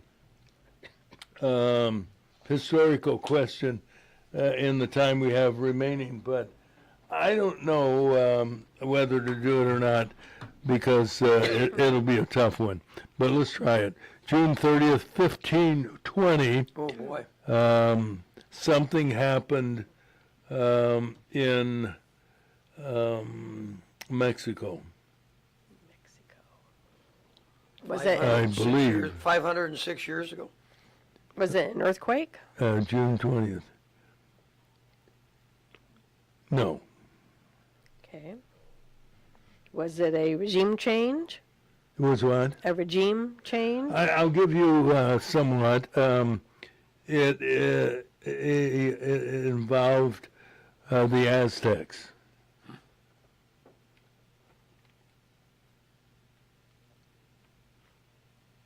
The Spanish came in and conquered the...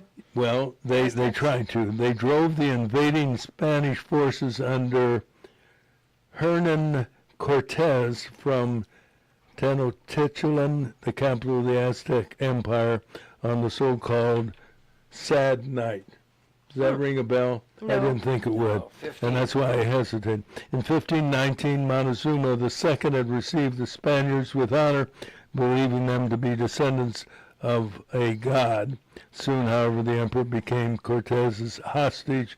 The Aztecs resisted Cortez, the de facto ruler, and when news of the emperor's death began to spread on June 20th, they had a rebellion, and it degenerated into chaos.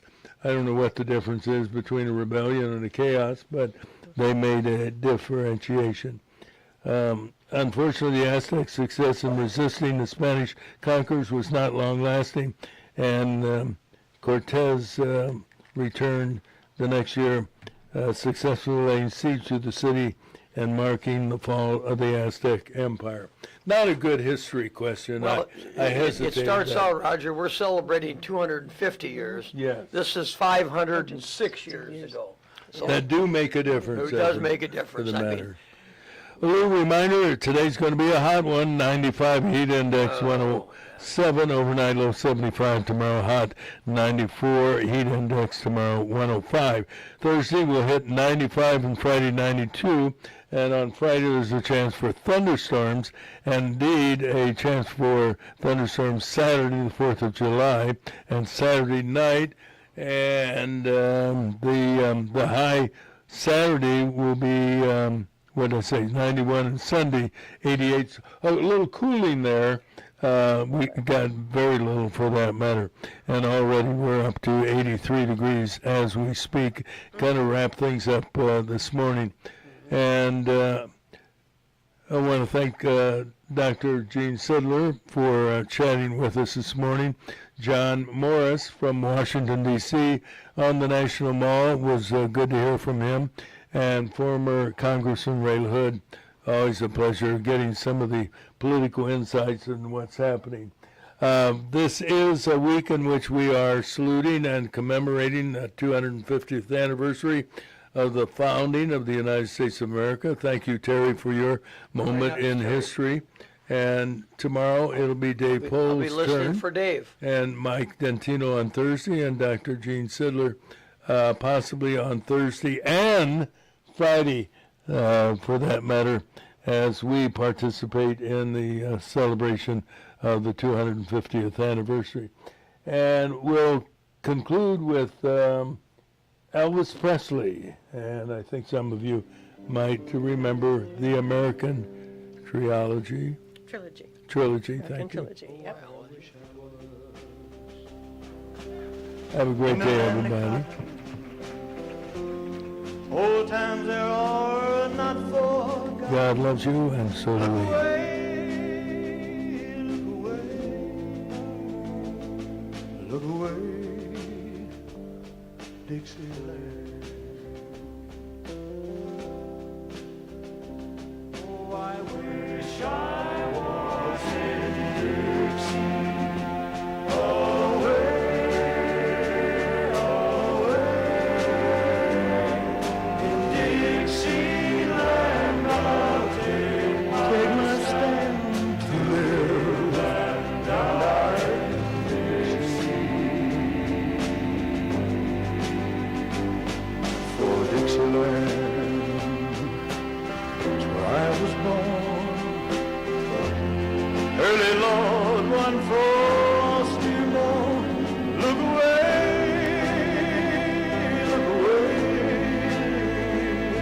look away, Dixieland.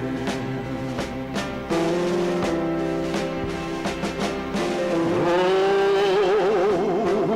glory, hallelujah.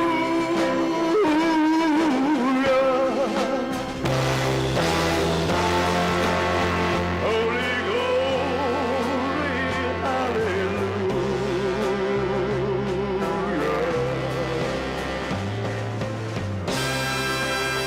Holy glory, hallelujah. His truth is marching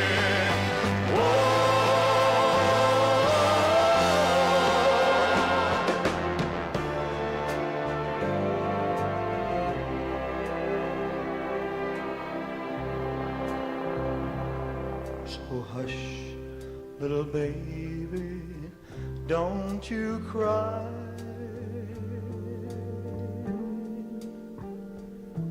You know your daddy's bound to die.